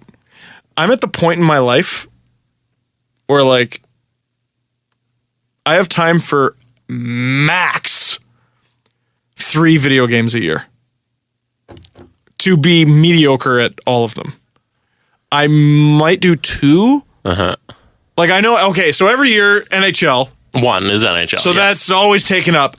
And then if there isn't a Halo release that year, I might borrow a game from a friend. Like I know I would never play this thing. Not because it's not good, not because it's not fun. I don't have time. But I think their thinking is we can get you to play this because you can take it with you. Can I play Chell on it? They had in the preview, they had NBA. So that means they can have Chell. So Lord, my Wi-Fi. How long is the trip? My data. Play it off data. You know, I assume you can play it without data. You know, that's true. Yeah, I would never. Oh my god. Yeah, no. How much data would you need? Plus, you would lag out all the time. You're playing GM mode. You know, you're playing offline. Yeah. So or be a pro. How long is the train from Oshawa to Toronto? It's like an hour. That's 2.5 games of Chell. Yeah, 20 minutes each. Yeah, it is. Or 3 games. Or I could finish the third one bumping into people walking through Union Station. So finish it up on the subway.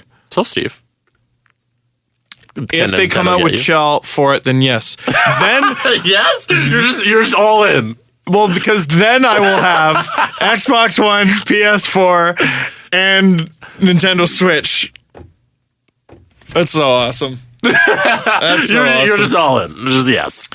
Nah, not necessarily. Okay. I thought it was cool. Oh, it's super cool. I agree. I don't think I have time to play it, but there's someone who's like 22 right now going, what's he talking about? And literally in 6 months, you're going to be like, shit! No backer! Oh, no! Where did all my video game time go? I asked you before the show if you had an interesting story from your childhood. And I couldn't. I'm trying to think of one, man. I was trying. You can't just give me that. Why not?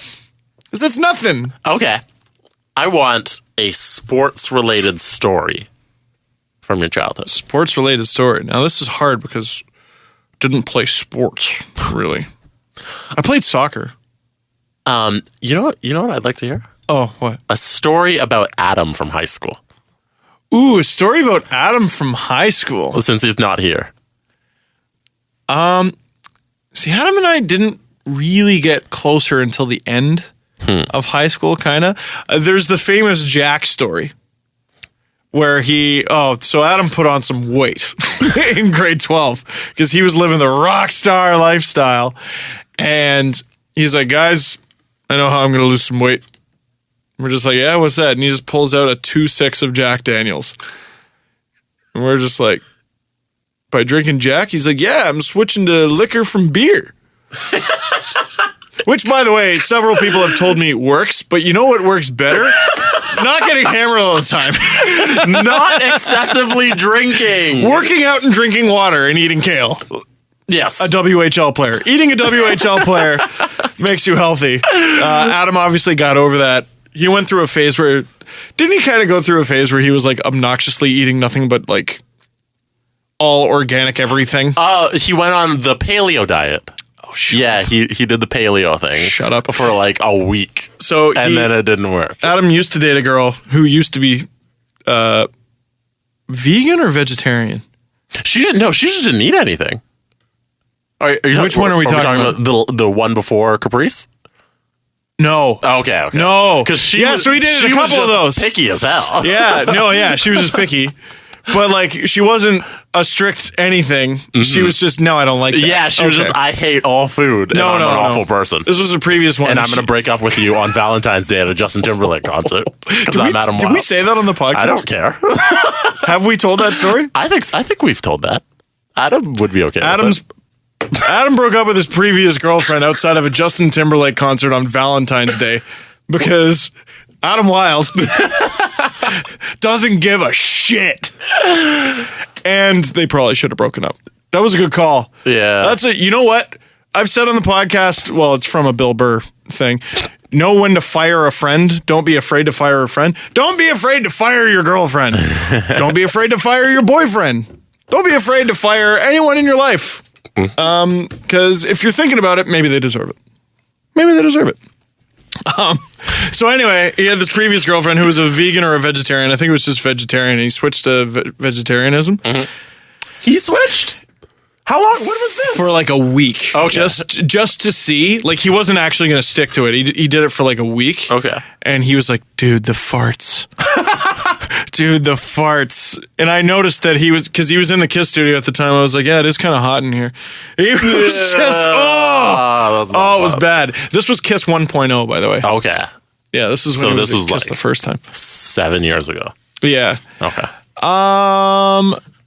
Childhood stories. I don't know. I'm trying to think of, like, I never really met any famous people. It's amazing to me. I do think back sometimes, like, it's amazing to me that I just have easy access to, like, players and stuff now, because that was something I never, ever, ever thought I would have. I met Chris Draper in grade 2 because he came to my classroom. That was the only way I was ever going to meet an NHL player. Mm-hmm. And then one time, it must have been in, I guess, 2003, when Ron Francis was a Leaf, I saw him entering the ACC. And I was totally chill about it. And by totally chill about it, I mean he was walking peacefully, and I went, "Oh my God, that's Ron Francis!"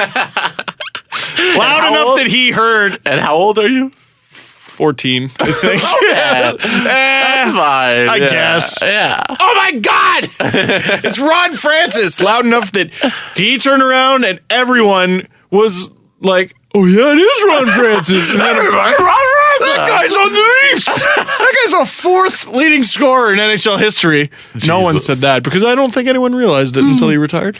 But yeah, I think before I was an intern. Geez, I think that's it. I think those are the only 2 NHL players I ever met. Wow. And I didn't even meet him. I just screamed his name and he heard me. And then so it was Chris Draper, and that's it. And then when I started making videos, I went to like an autograph signing for Felix Potvin, an autograph signing for Ron Ellis, an autograph signing for Johnny Bauer. And then that doesn't count. And then you worked for the Ice Dogs at the time, right? The Steelheads. They were the Steelheads? And that was in 2012. And I mean that. Yeah. Anyways, and then so players would have come through there. I had kind of a cool experience though. Recently, well, not recently, about a year ago actually. I got to when Sophia doesn't go to the morning skates, I go for her. Nice. I'm hopefully going to get a couple next week when the Panthers are in town. No, for Jason Demers, obviously, or someone else. Aaron Eklund. Yeah, sure. Ekblad's cool too, but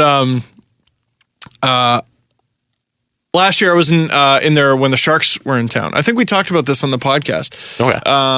Joe Thornton and Patrick Marleau were out before any reporter can get in there. No one got them. No one got them. They ducked everyone, or at very least me.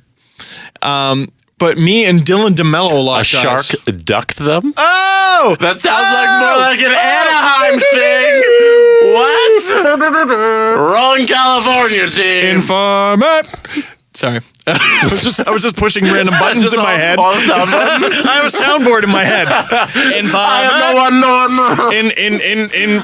Anyway. Winnie in the butt in the morning. In the morning. On your radio. Me and Dylan DeMello locked eyes, and he was on the Mississauga Steelheads at the time. And we only spoke like a couple times, but like I guess he heard me every game or whatever. Be dopey and hey, it's a giveaway. The lucky fan is going to get a gift card for Wild Wing. Wild Wing is the shit. So stupid. The way. And looking back, there's no way anyone ever understood anything what I was saying. No. I think every in-arena host should be. Well, it's better if they're a woman. Mm-hmm. Because women tend to have higher voices, and they're easier to hear. Yes. If you have a guy with a high-pitched voice, go ahead and throw him on. But you probably heard each other give away Wild Wing. Everyone lucky fan section runs you can heads. That's probably all you heard. That's probably all he heard. But we locked eyes, and we both. Like we just pointed at each other like, it's you. I remember you. Yeah. Another dog. And he goes to me, he's like, what are you doing here? I go, I'm doing some stuff for Sportsnet. And then I go, what are you doing? You're on the Sharks. You're on the Sharks. That's what you're doing here. Oh, right. When'd you get called up? He's like, he told me. What are you doing here? Yeah. Oh, I have to play an NHL game. Oh, right.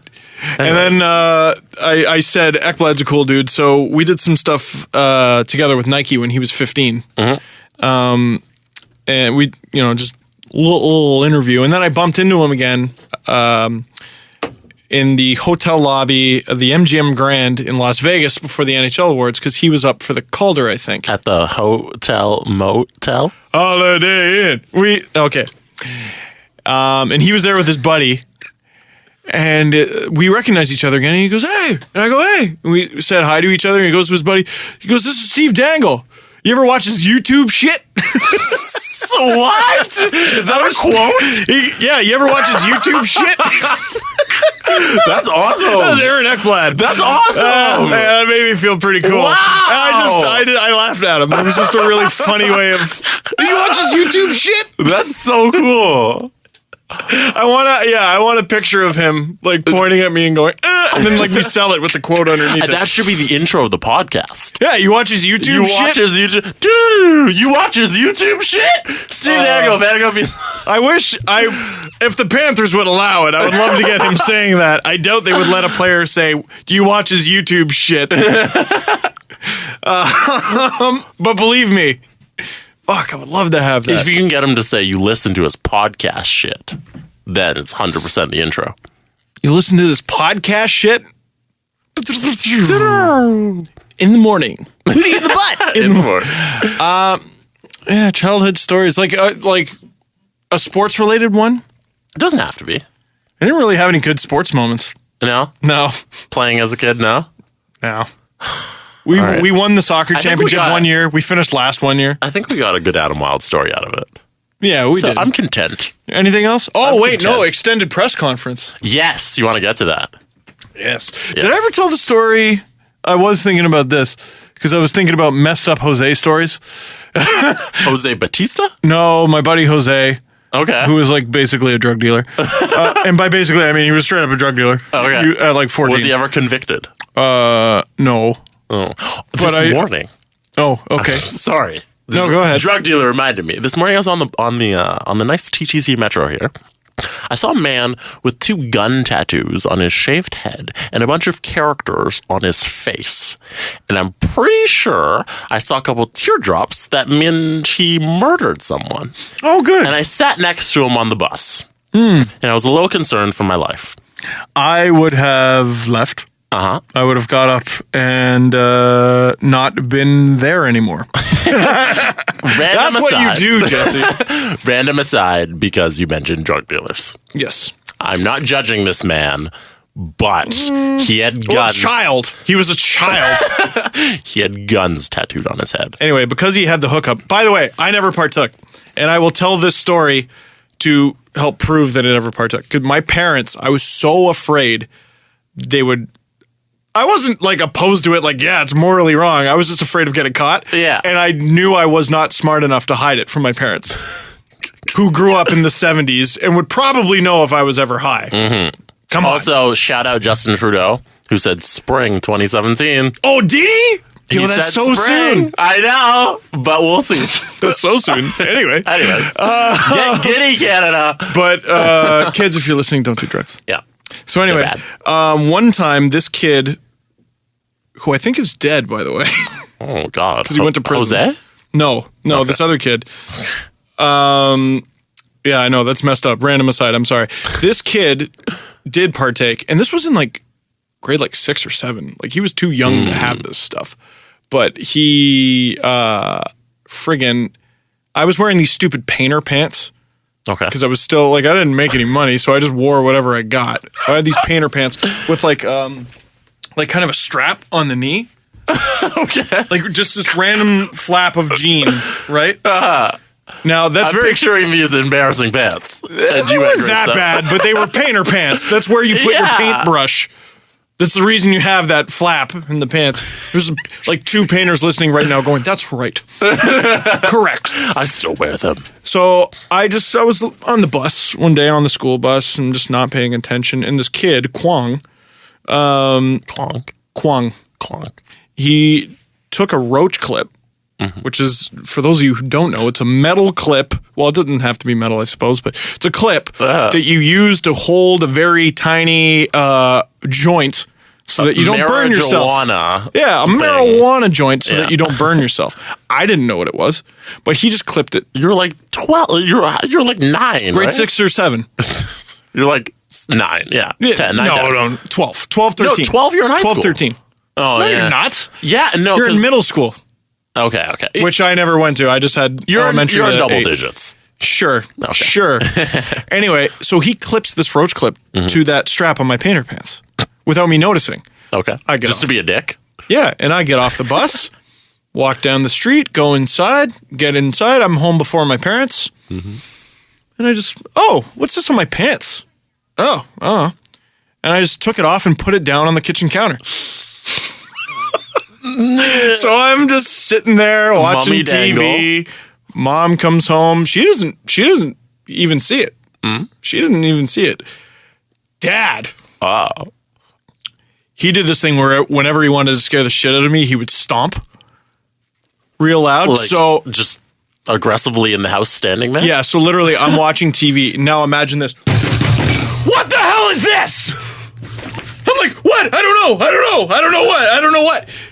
He goes, you brought a roach clip home? What are you doing with this? And I'm like, I don't know what a roach clip is. I don't know what that is. It just scared the shit out of me. And he saw the genuine fear in my face. And you saw him relax a little bit. He goes, you don't know what this is?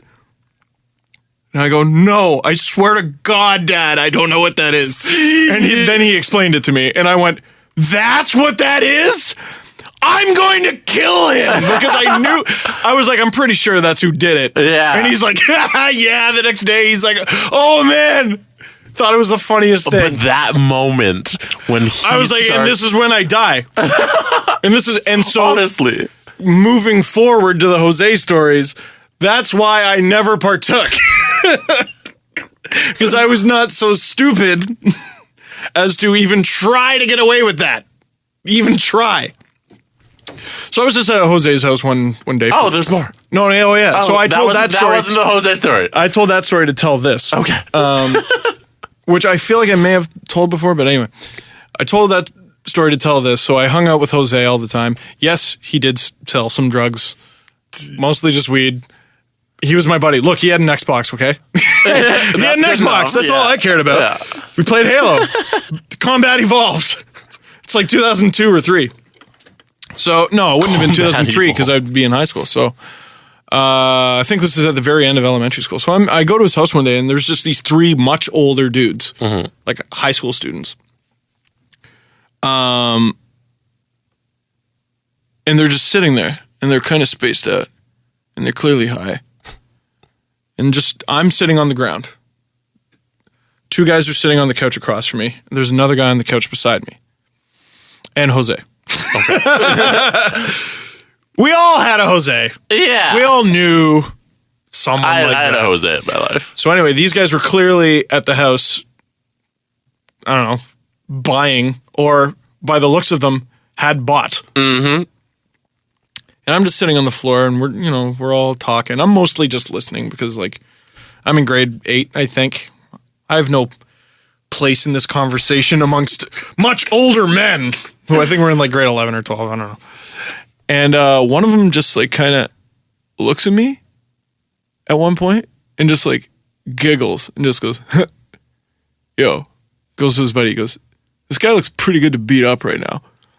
And I just go, what? And the 2 guys got off the couch and just start fucking wailing on me. No. And I couldn't.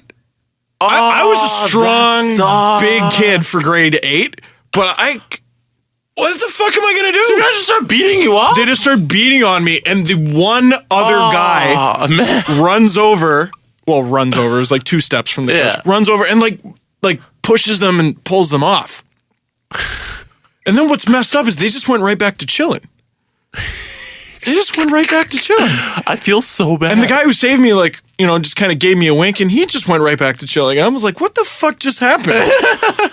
What the fuck? I wasn't even angry. I was like, I don't know how to process what just happened. Oh my God. Yeah, messed up Scarborough stories. That's so fucked up. I feel bad. I can't get over how bad I feel for you, for little Stevie. I wasn't that little. You were little Stevie. I was little Stevie. I remember those were 2 flash before your eyes moments. I'm like, wait, why am I getting beat up right now? Wait, why is Dad so upset? What have I done? All I want to do is play Halo. Maybe this is why you're so on edge all the time. You know what? In the future, you'll be able to play video games at home and then take it with you on the train. Where I will go far away from anyone who wants to beat me up. Yeah, that was messed up. I had only really been in 2 real fights in my life. Well, you couldn't. That's not a fight. That's an assault. Not. No, and I don't count that. That's an assault. I was beat up. I was just assaulted straight up. The one I got in grade 1 or 2. That doesn't count either. No. Oh, okay. Yeah. And then there was the other one. 6. The story I told. Yeah, the story I told where, the 6th grade 10s showed up to my elementary school to beat up our grade 8 friend. And all of us just jumped them because there's 30 of us. Doing? What are you doing? And it was great because we're riding on the school bus home and we see one of them ride their bike past and we all just, he's all, black eye and bruised up and we just roll down the window. Ha ha! Idiot. Oh, school. Steve. And what, Steve, you're so soft. You've never really been in a fight. I was a peaceful child. I didn't go looking for trouble. We found out why you scream. This is the reason you scream. Because I'm just afraid of being hurt. All your life, life, everyone has just attacked you for no reason. Like the Leafs. Why do they? I didn't do anything to them. I didn't do anything but love them. And they can't hold on to a 4-0 lead. Why? Do you want to do the press conference? Yeah, sure. Holy wow. I thought I'd be home by now. Oh no. We are almost 2 hours in. Oh dear. So, extended press conference. Let's go. You've received a lot of cool gifts from people. Okay. This is from Knox Nader on Reddit. Mm-hmm. Have you ever gotten something for Christmas or your birthday that you've absolutely hated? Hated? Yeah. Has SL given you anything, or your parents or anybody just that you absolutely hated? No. No? Not that I can think of, no. You've never gotten a gift where you're like, I can do without this. This is going to fill up space in my place. No, I do have a funny story then. And it's not a gift I hated. But okay, so I think a lot of people have relatives that are notorious for packaging Christmas or birthday gifts in a box that is not that gift. Yes. I have that relative. And hey, this is wrapped in a PlayStation box. Yeah. And it sucks. And it sucks. Yeah. And oh man, this sounds like a yellow sweater. Anyways, go Simpsons nailed it. So anyway, one year, pull out this box and it's on the box, it's a glass barometer. It's this glass instrument. Mm-hmm. You put water in it and it tells you what the barometric pressure is. Okay. I don't get it.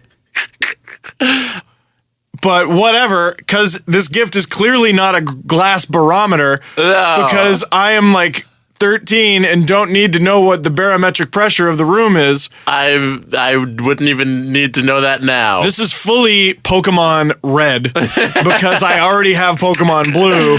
I get the cables. All of a sudden, I got Golem and Gengar and Alakazam and all the other Pokemons, and I'm just golden. Exactly. All of a sudden, I opened the box and it was a glass barometer. No! What did she think I was going to do with it? So what did you do with it? I just had it. I used it for one science project. I was like, I have a barometer. And I'm sure the teacher was even like, how did you measure the barometric pressure? Which now I can just look it up. Yeah. Here's what the barometric pressure is today. I have never been like, the barometric pressure feels high today. Like, is that when I get a headache because it's raining? Is that what that is? I don't know. I don't know why anybody would need that information unless you're a weatherman. So now I have that story. So I guess that's cool. But I think that counts. Under things you hated? So that Christmas, I got a glass barometer and memories. So I didn't hate it at all. You got a story that you could tell on a podcast 10 years later. Absolutely. All right. Ian the Polak writes, going into this season, I decided I was going to buy a Komarov jersey no matter what. Okay. Less than 3 games in, and I'm having second thoughts. With the exception of Matthews' jersey, because that would be too easy, which of the young players should I consider buying when I get a jersey?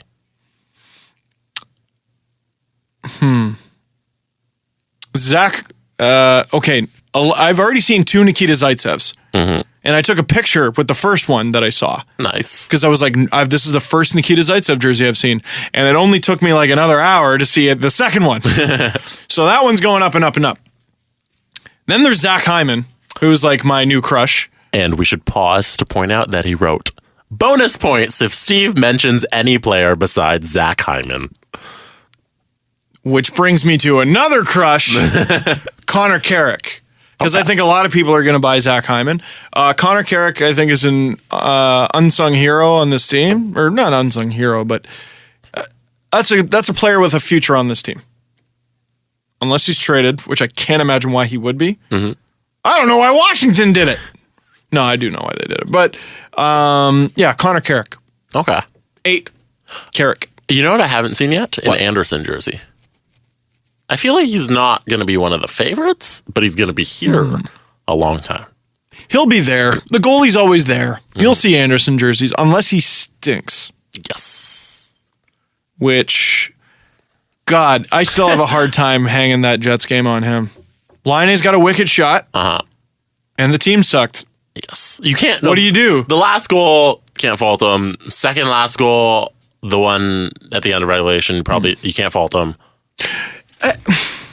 Okay, I'm not trying to insult Leo Komarov, but they started that overtime with Komarov as one of their 3 guys. I forgot that. I was going to bring that up. Why the fuck was Komarov out there on 3-on-3? Yeah, it's 3-on-3. It's not regular time. You put your best skaters out there and no one else. Exactly. I don't care how much experience they have. I don't care how many goals they have, assists. You put out your best skaters. Michael Grabner should have been on every 3-on-3 because he's one of your best skaters. I don't care what his breakaway ability is. If he gets 5 of them in a row, he might convert. You go down the list of players on the Leafs. Gardner should be out there. Riley should be out there. JVR. Kadri. Matthews. Marner. Even Kadri is far down the list. Nylander. Matthews for sure. Marner for sure. When does Komarov come up? Komarov comes up at least a dozen names down the list. And that's not because I don't like him. Connor Brown should be higher than Komarov. 100%. And was he on the goal when they got scored on? I don't think so. No. He was off by that time. But he was out there for a good minute. And I think his shift was good, if I remember correctly. But he had a 60-second shift, I'm pretty sure. That'll happen 3-on-3. Half of he shouldn't have been on the ice. Yeah. It just shouldn't have happened. Yeah. Zaitsev, no problem with that. Yeah, I don't get that. This is the why is Marincin playing the most minutes on your team question. What, did he play in overtime though? I don't know if he did. I don't know. I'll go check that. But the overtime, like, throw your player rankings, throw out your depth. Yeah. Throw your depth chart out the window. You're not playing hockey anymore. No. You're playing 3-on-3 schoolyard hockey. Arcade garbage. Yeah. Like big heads. Yeah. They should have power boosts. Small goalie. They should drop bananas. Was that a banana? Yeah. Was that Leo Komarov? Yes, it was. Why? Should have been someone else. Like, and I'm not trying to dump on him. Yeah. Like, that's not one of your top, 6 skaters? Let's say 12. he's number 7. Let's say he's ranked number 7. He should be your third shift then. Yep. You probably won't even get to a third shift. It's OT. Riley should be out there all the time, and he was. Yep. Zaitsev should be out there all the time, and he was. Yeah, Anyway. Sorry, what was the question there? The jersey. You said Carrick. Yeah, right? Connor Carrick. Okay. Unsung hero. Here's another question from Reddit. Fretza. I always get this wrong. He said we're pronouncing it wrong. It's not Fretza. It's like Fritza or Frezza. Can I see it? He's something from Dragon Ball. Let me see. Well, okay. Oh, he's trying to be Frieza. But Frieza, like as a play on pizza, I think. So he's trying to be Frieza. But you should have spelled it differently, sir or madam. That's clever. The question is, have your neighbors ever complained about you? No, but after filming Game 1 this year, I was for sure. I put it this way. I've edited all of the night videos I've done, the Game 1 and 3. Yeah. I've edited upstairs in case there's a knock at the door. Because it's a quiet, peaceful neighborhood, and I'm just screaming my brains out. And my neighbors on either side are retired, so it's not like they watch my stuff on YouTube. No, or they know what YouTube is. And they're like, oh, he works at Sportsnet. So they even still, they're not like, oh, it's web content. Oh, he's on the digital team for sure. No, and they don't talk like that. But did you do your neighbors again? Oh, it's web content. Oh, hi, Barb. No, they just talk like normal people. But they just talk like normal people. But they're probably like, oh yeah, he works in like TV. So why is he screaming at 11 o'clock at night in my basement? Like, if you were outside, you would definitely hear it. Okay. So, but I don't. The neighbors have never complained, but yeah. Mrs. Dangle was very tired this morning. I would love. She's like, oh yeah, let's go ahead. Go ahead. I would love to talk to somebody who's walked by your house, who's just walking their dog and just heard you screaming. You know what? So I'll record like in the morning at like 10 or so, and then like I'll come upstairs and there's just a package at the door. They don't know that I'm recording a skit in the basement where I'm pretending James Reimer's a transformer and I'm running around screaming and firing off my Buzz Lightyear gun and jumping and thumping into the wall and pounding the wall. And they don't know what I'm doing. They think someone's been abducted or something. Just the UPS guy is just like, I don't ask questions. I just deliver packages. Yeah. Just deliver packages. What is it? How old is he? Is he my neighbor? This is man, he the UPS guy? Mid-30s, but this is how he talks. He just delivers packages. No, that's Steamy Nicks. Yeah, so not yet, but I still expect it. I think you've been doing it long enough that if somebody heard something, they would have knocked. I would hope so. I next time I see my neighbors out, I'll just be like, hey, just ask. By the way, let me know if I'm ever being too loud. B, if I am being too loud, here's what it is, by the way. Here's what I do. And I'll pull up a video on my phone and be like, see, I'm not that. See this? No, I'm not screaming right now. I think see, I'm a crazy person. Yeah, see, I'm a crazy person for a living. Accept my craziness, because this is me. My dog likes me. See? Maybe he likes me. You know I don't kick the dog. Yo, he can't talk back. Maybe he also thinks I'm crazy. That poor puppy. He's like, when games are on at like 8, 9, he's just sleeping. He's sleeping on his little bed that we have next to the TV. Yeah! He's just sleeping. Okay, he'd go back to sleep. He's having a nice, peaceful sleep. Fuck! That poor dog. I feel bad for him. Wakes up every time. Oh, yeah, me too. Oh, and it was the latter when Laine scored it in overtime. Actually, you know what? I didn't even scream. It was very similar to the Bruins comeback, actually, which, hey, we brought it up. That's a goal. I screamed. Yeah, that's a goal. I screamed at the tying goal because I know there's no point playing the rest of the game. Yeah. I was just silent. Has Iggy ever barked at you when you started screaming? No. No. He never barks. He's great. He's that a way. peaceful dog. Except when we go to the in-laws' house, because they have like a chain link fence as the end fence for the backyard, and there's a park behind it. So what he does is, like, we literally get there, he like presses his face right up against the glass until we let him out. Then we let him out, and he basically goes, "Fuck you! I own this place! I own this place! Squirrel, get the fuck out! Chipmunk, get the fuck out! Another dog! Another dog! Get the hell out of here! Wait a sec, let me sniff you. We're friends now. We're friends, but I'm still in charge." And he doesn't do that anywhere else. In our backyard, he just chills. He chases bunnies and makes a crazy bloodlust squeal when he chases them. And try to climb under the fence to get into the neighbor's backyard. There's no try about it. He's succeeded and will always succeed. What a great dog. He is a great dog. What a great dog. I love Iggy. One more question. Okay. We talked last episode about us being wrong about stuff, but have you ever said something in LFR and regretted it? Not necessarily something you were wrong about, but just something you said and been like, hey, I kind of regret doing that. Regret in what way, though? Like, regret because it was unfair, because it was mean? I think, okay, how about this one? Have you ever regretted something that was a little embarrassing that you recorded? And you're like, that was a little embarrassing. It's funny. I'm glad it's out there. It's out there now. Whatever. Yeah, but seasons 1 through 5. Just because they were bad. Yeah. We talk about that a lot. You know what? I could have, I didn't even think about this, but I could have easily, one of my first ever LFRs, like I think like the fourth one ever, the Leafs lost 7-1. Oh. So that would have been great to add at the end of this video, because it's like an embarrassing loss or whatever, right?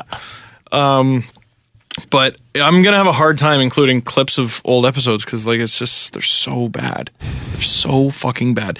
Now, my track record doing LFRs, I'm pretty sure I've only missed 6 games ever. There was one video in the first season where I technically didn't miss the game. I just combined 2 games into one video. Okay. And then I didn't miss any for a couple seasons until 2012. My Nona died, and I missed 3 games for that. Then I haven't missed a game since. One of the games that's missing is the 10th game of the first season. And that's because that video was called Ilya Kovalchuk is a douchebag. And I dedicated the entire video to why Ilya Kovalchuk is a douchebag. I got flamed in the comments. Yeah. It was probably like 10 or 15 mean comments at the time, let's be honest.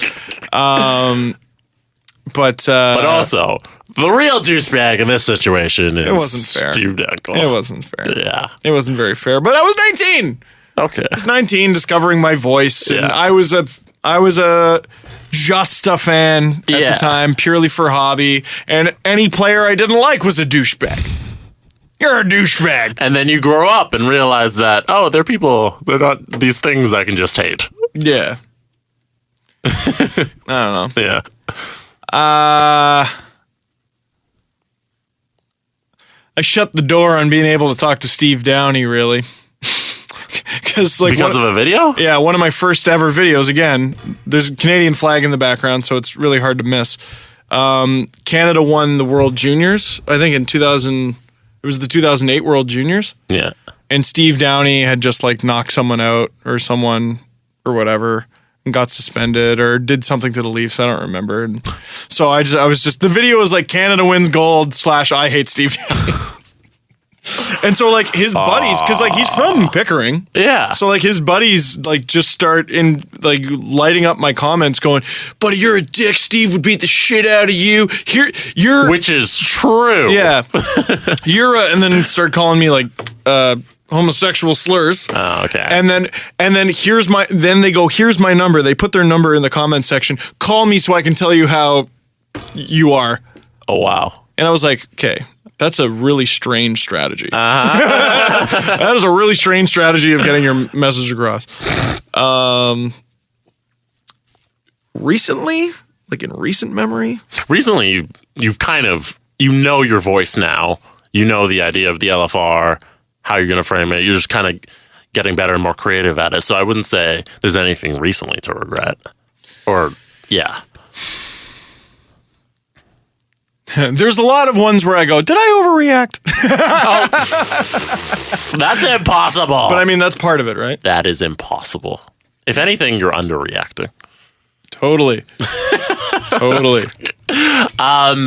You know what? We could still kind of regret? What? Last year's All-Star game and John Scott. Do you regret I didn't that? make a video there, though. You know what? Okay. Now, we've talked about this. We beat this horse to death. Yeah, I do not regret the outcome, which was beneficial to John. Mm-hmm. I regret our intentions, which were not beneficial to John. Our intentions were, hey, let's be a troll and do this guy is hands down the worst player in the league. Yeah. Let's vote him into the All-Star game. And it wasn't a vote for Rory thing. It wasn't like when fans tried to get Rory Fitzpatrick thing in, which was, while he wasn't the greatest player, it was endearing, and he was kind of in on it. Mm-hmm. This was just us going, John Scott sucks. Yes. Fuck you. Go Nets. John Scott sucks. Fuck you. Go Nets. I was gonna say more, but I don't want. We should just rehash it. Okay. Well, on the John Scott thing. Yeah, people are tired of that, right? No, John Scott himself has it's a dead said storyline. No, it's kind of awesome what happened. Yeah. At the time, though, it looked like it could be potentially very not awesome. Anybody who complains that John Scott was in the All-Star game, Pecorine was also in the All-Star game. He was a real All-Star, quote, unquote. And that to me is a little bit odder. It's more, No, and that was the best. Name a better All-Star moment. When was the last All-Star moment that can even touch that? Danny Heatley scoring, 3 or 4 goals in the All-Star game. Which, whatever. That's pretty cool. Dominic Hasek playing lights out until Owen Nolan calls a shot, points at him, and snipes and scores. I would argue. Prior to that, then what? I would argue that we as fans gave the NHL the best All-Star moment out of any of the 4 sports in the last decade. Yeah, it was the first year. I can't name a moment in any of the other leagues where there's been a more compelling All-Star game. NBA... has there been a more compelling All-Star game since Vince Carter at the dunk contest? In 2000. Have there been memorable moments from the NBA All-Star game, excluding the skills competition?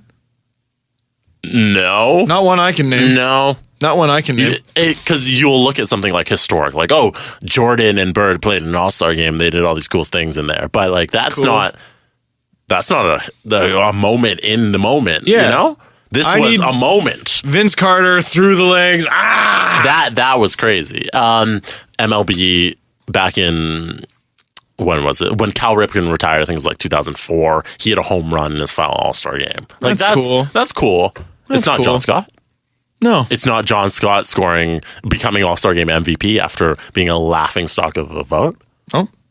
No. Anyways, I didn't want to do that, but we did it. Hey, you're right. Hey, whatever. So I guess that's it. Anybody watching on YouTube? We threw up a Dangle Navy invades Rico sign. Anybody listening, actually. Because the fan who made that gave it to us. Yes. And he came to Rico, and he made this amazing sign, and it's up. So check out our YouTube channel, and you can see that sign up in the studio. Thank you so much. We'll be back next Tuesday. We will. I'm sure Adam will be over his sniffles. Adam will be back. Do you have anything else? I'm trying to think. No. Oh, yeah, I got a childhood story. No, I'm kidding. So I was playing with these fireworks, and then... Oh, hey, so a couple times this episode I referenced, hey, any of you young kids who want to get into media, I'm not going to post the link again. You're going to have to work for this. You're going to have to scroll a little bit through my timeline. You won't have to scroll very far. Mm-hmm. I posted a job. It is a writing job. I don't know the exact title. Maybe I should go back and look for it. It is a job at Sportsnet, basically. Nice. It will entail writing. It will also entail editing other people's stuff, mine included. I don't know what the hours are. I think some of them are late. Some of them are normal. But it is a wicked, wicked job. If you're qualified, great. If you're not qualified, screw it. Apply anyway. You never know. Yeah. Here's NHL digital staff writer. Posted October 20th, so that was today. At Rogers, we recognize that success is determined by the strength and diversity of our people. We work together because we want to win together, and these 5 shared values guide and define our work. Simplify and innovate. Take ownership of... Okay, I don't think this is the job specifically. Yeah, those go on every post, Steve? Every day, we strive to build a brilliant digital future for Canadians. If you want to apply this job... I was about to get to the good part. Nah, let's not read the job description. Sportsnet.ca seeking an experienced hockey journalist to join the team in the role of NHL digital staff writer. The primary accountability will be to write and edit news and other editorial content for Sportsnet.ca. There's more, but Jesse won't let me read it. Go find the damn job if you want it. Do your goddamn job and find the goddamn job. If the job was meant for you, you'll go find the job and you'll get it. Anyways, there's that too. Oh, and we what did we say about starting your own podcast? Like most of them suck. And our advice was try not to suck. Yeah. So Pat and Leah, we did bring this up already before, I think. Two fine folks from Pennsylvania who I met during the when I went to see Game 1 of Penguin Sharks. Yes, they started a podcast, and episode 1 was called "Try Not to Suck." That's cool. So check that out. Leah's, I think I know her handle, but I'm not going to say it just in case I'm wrong. Pat's is synonym for wet. Synonym for wet. That is his thing. That is his handle. Is that at synonym, or are you telling me? At synonym for wet. Okay. I don't get it. But anyway, go check out his timeline and you will find their podcast. Okay. Check it out. See if it sucks. It might. It might. It probably does. And if it does... What is it called? I don't remember. The name of the episode is Try Not to Suck. But hey, check it out and give it a chance. I would say... Good for them. Don't check it out. Because, 1, it sucks.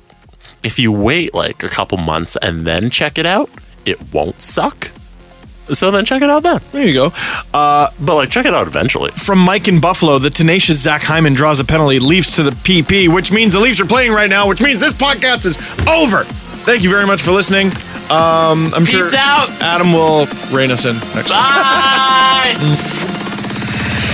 Follow the guys on Twitter at Steve_Dangle, at Adam WYLDE, and at Jesse Blake.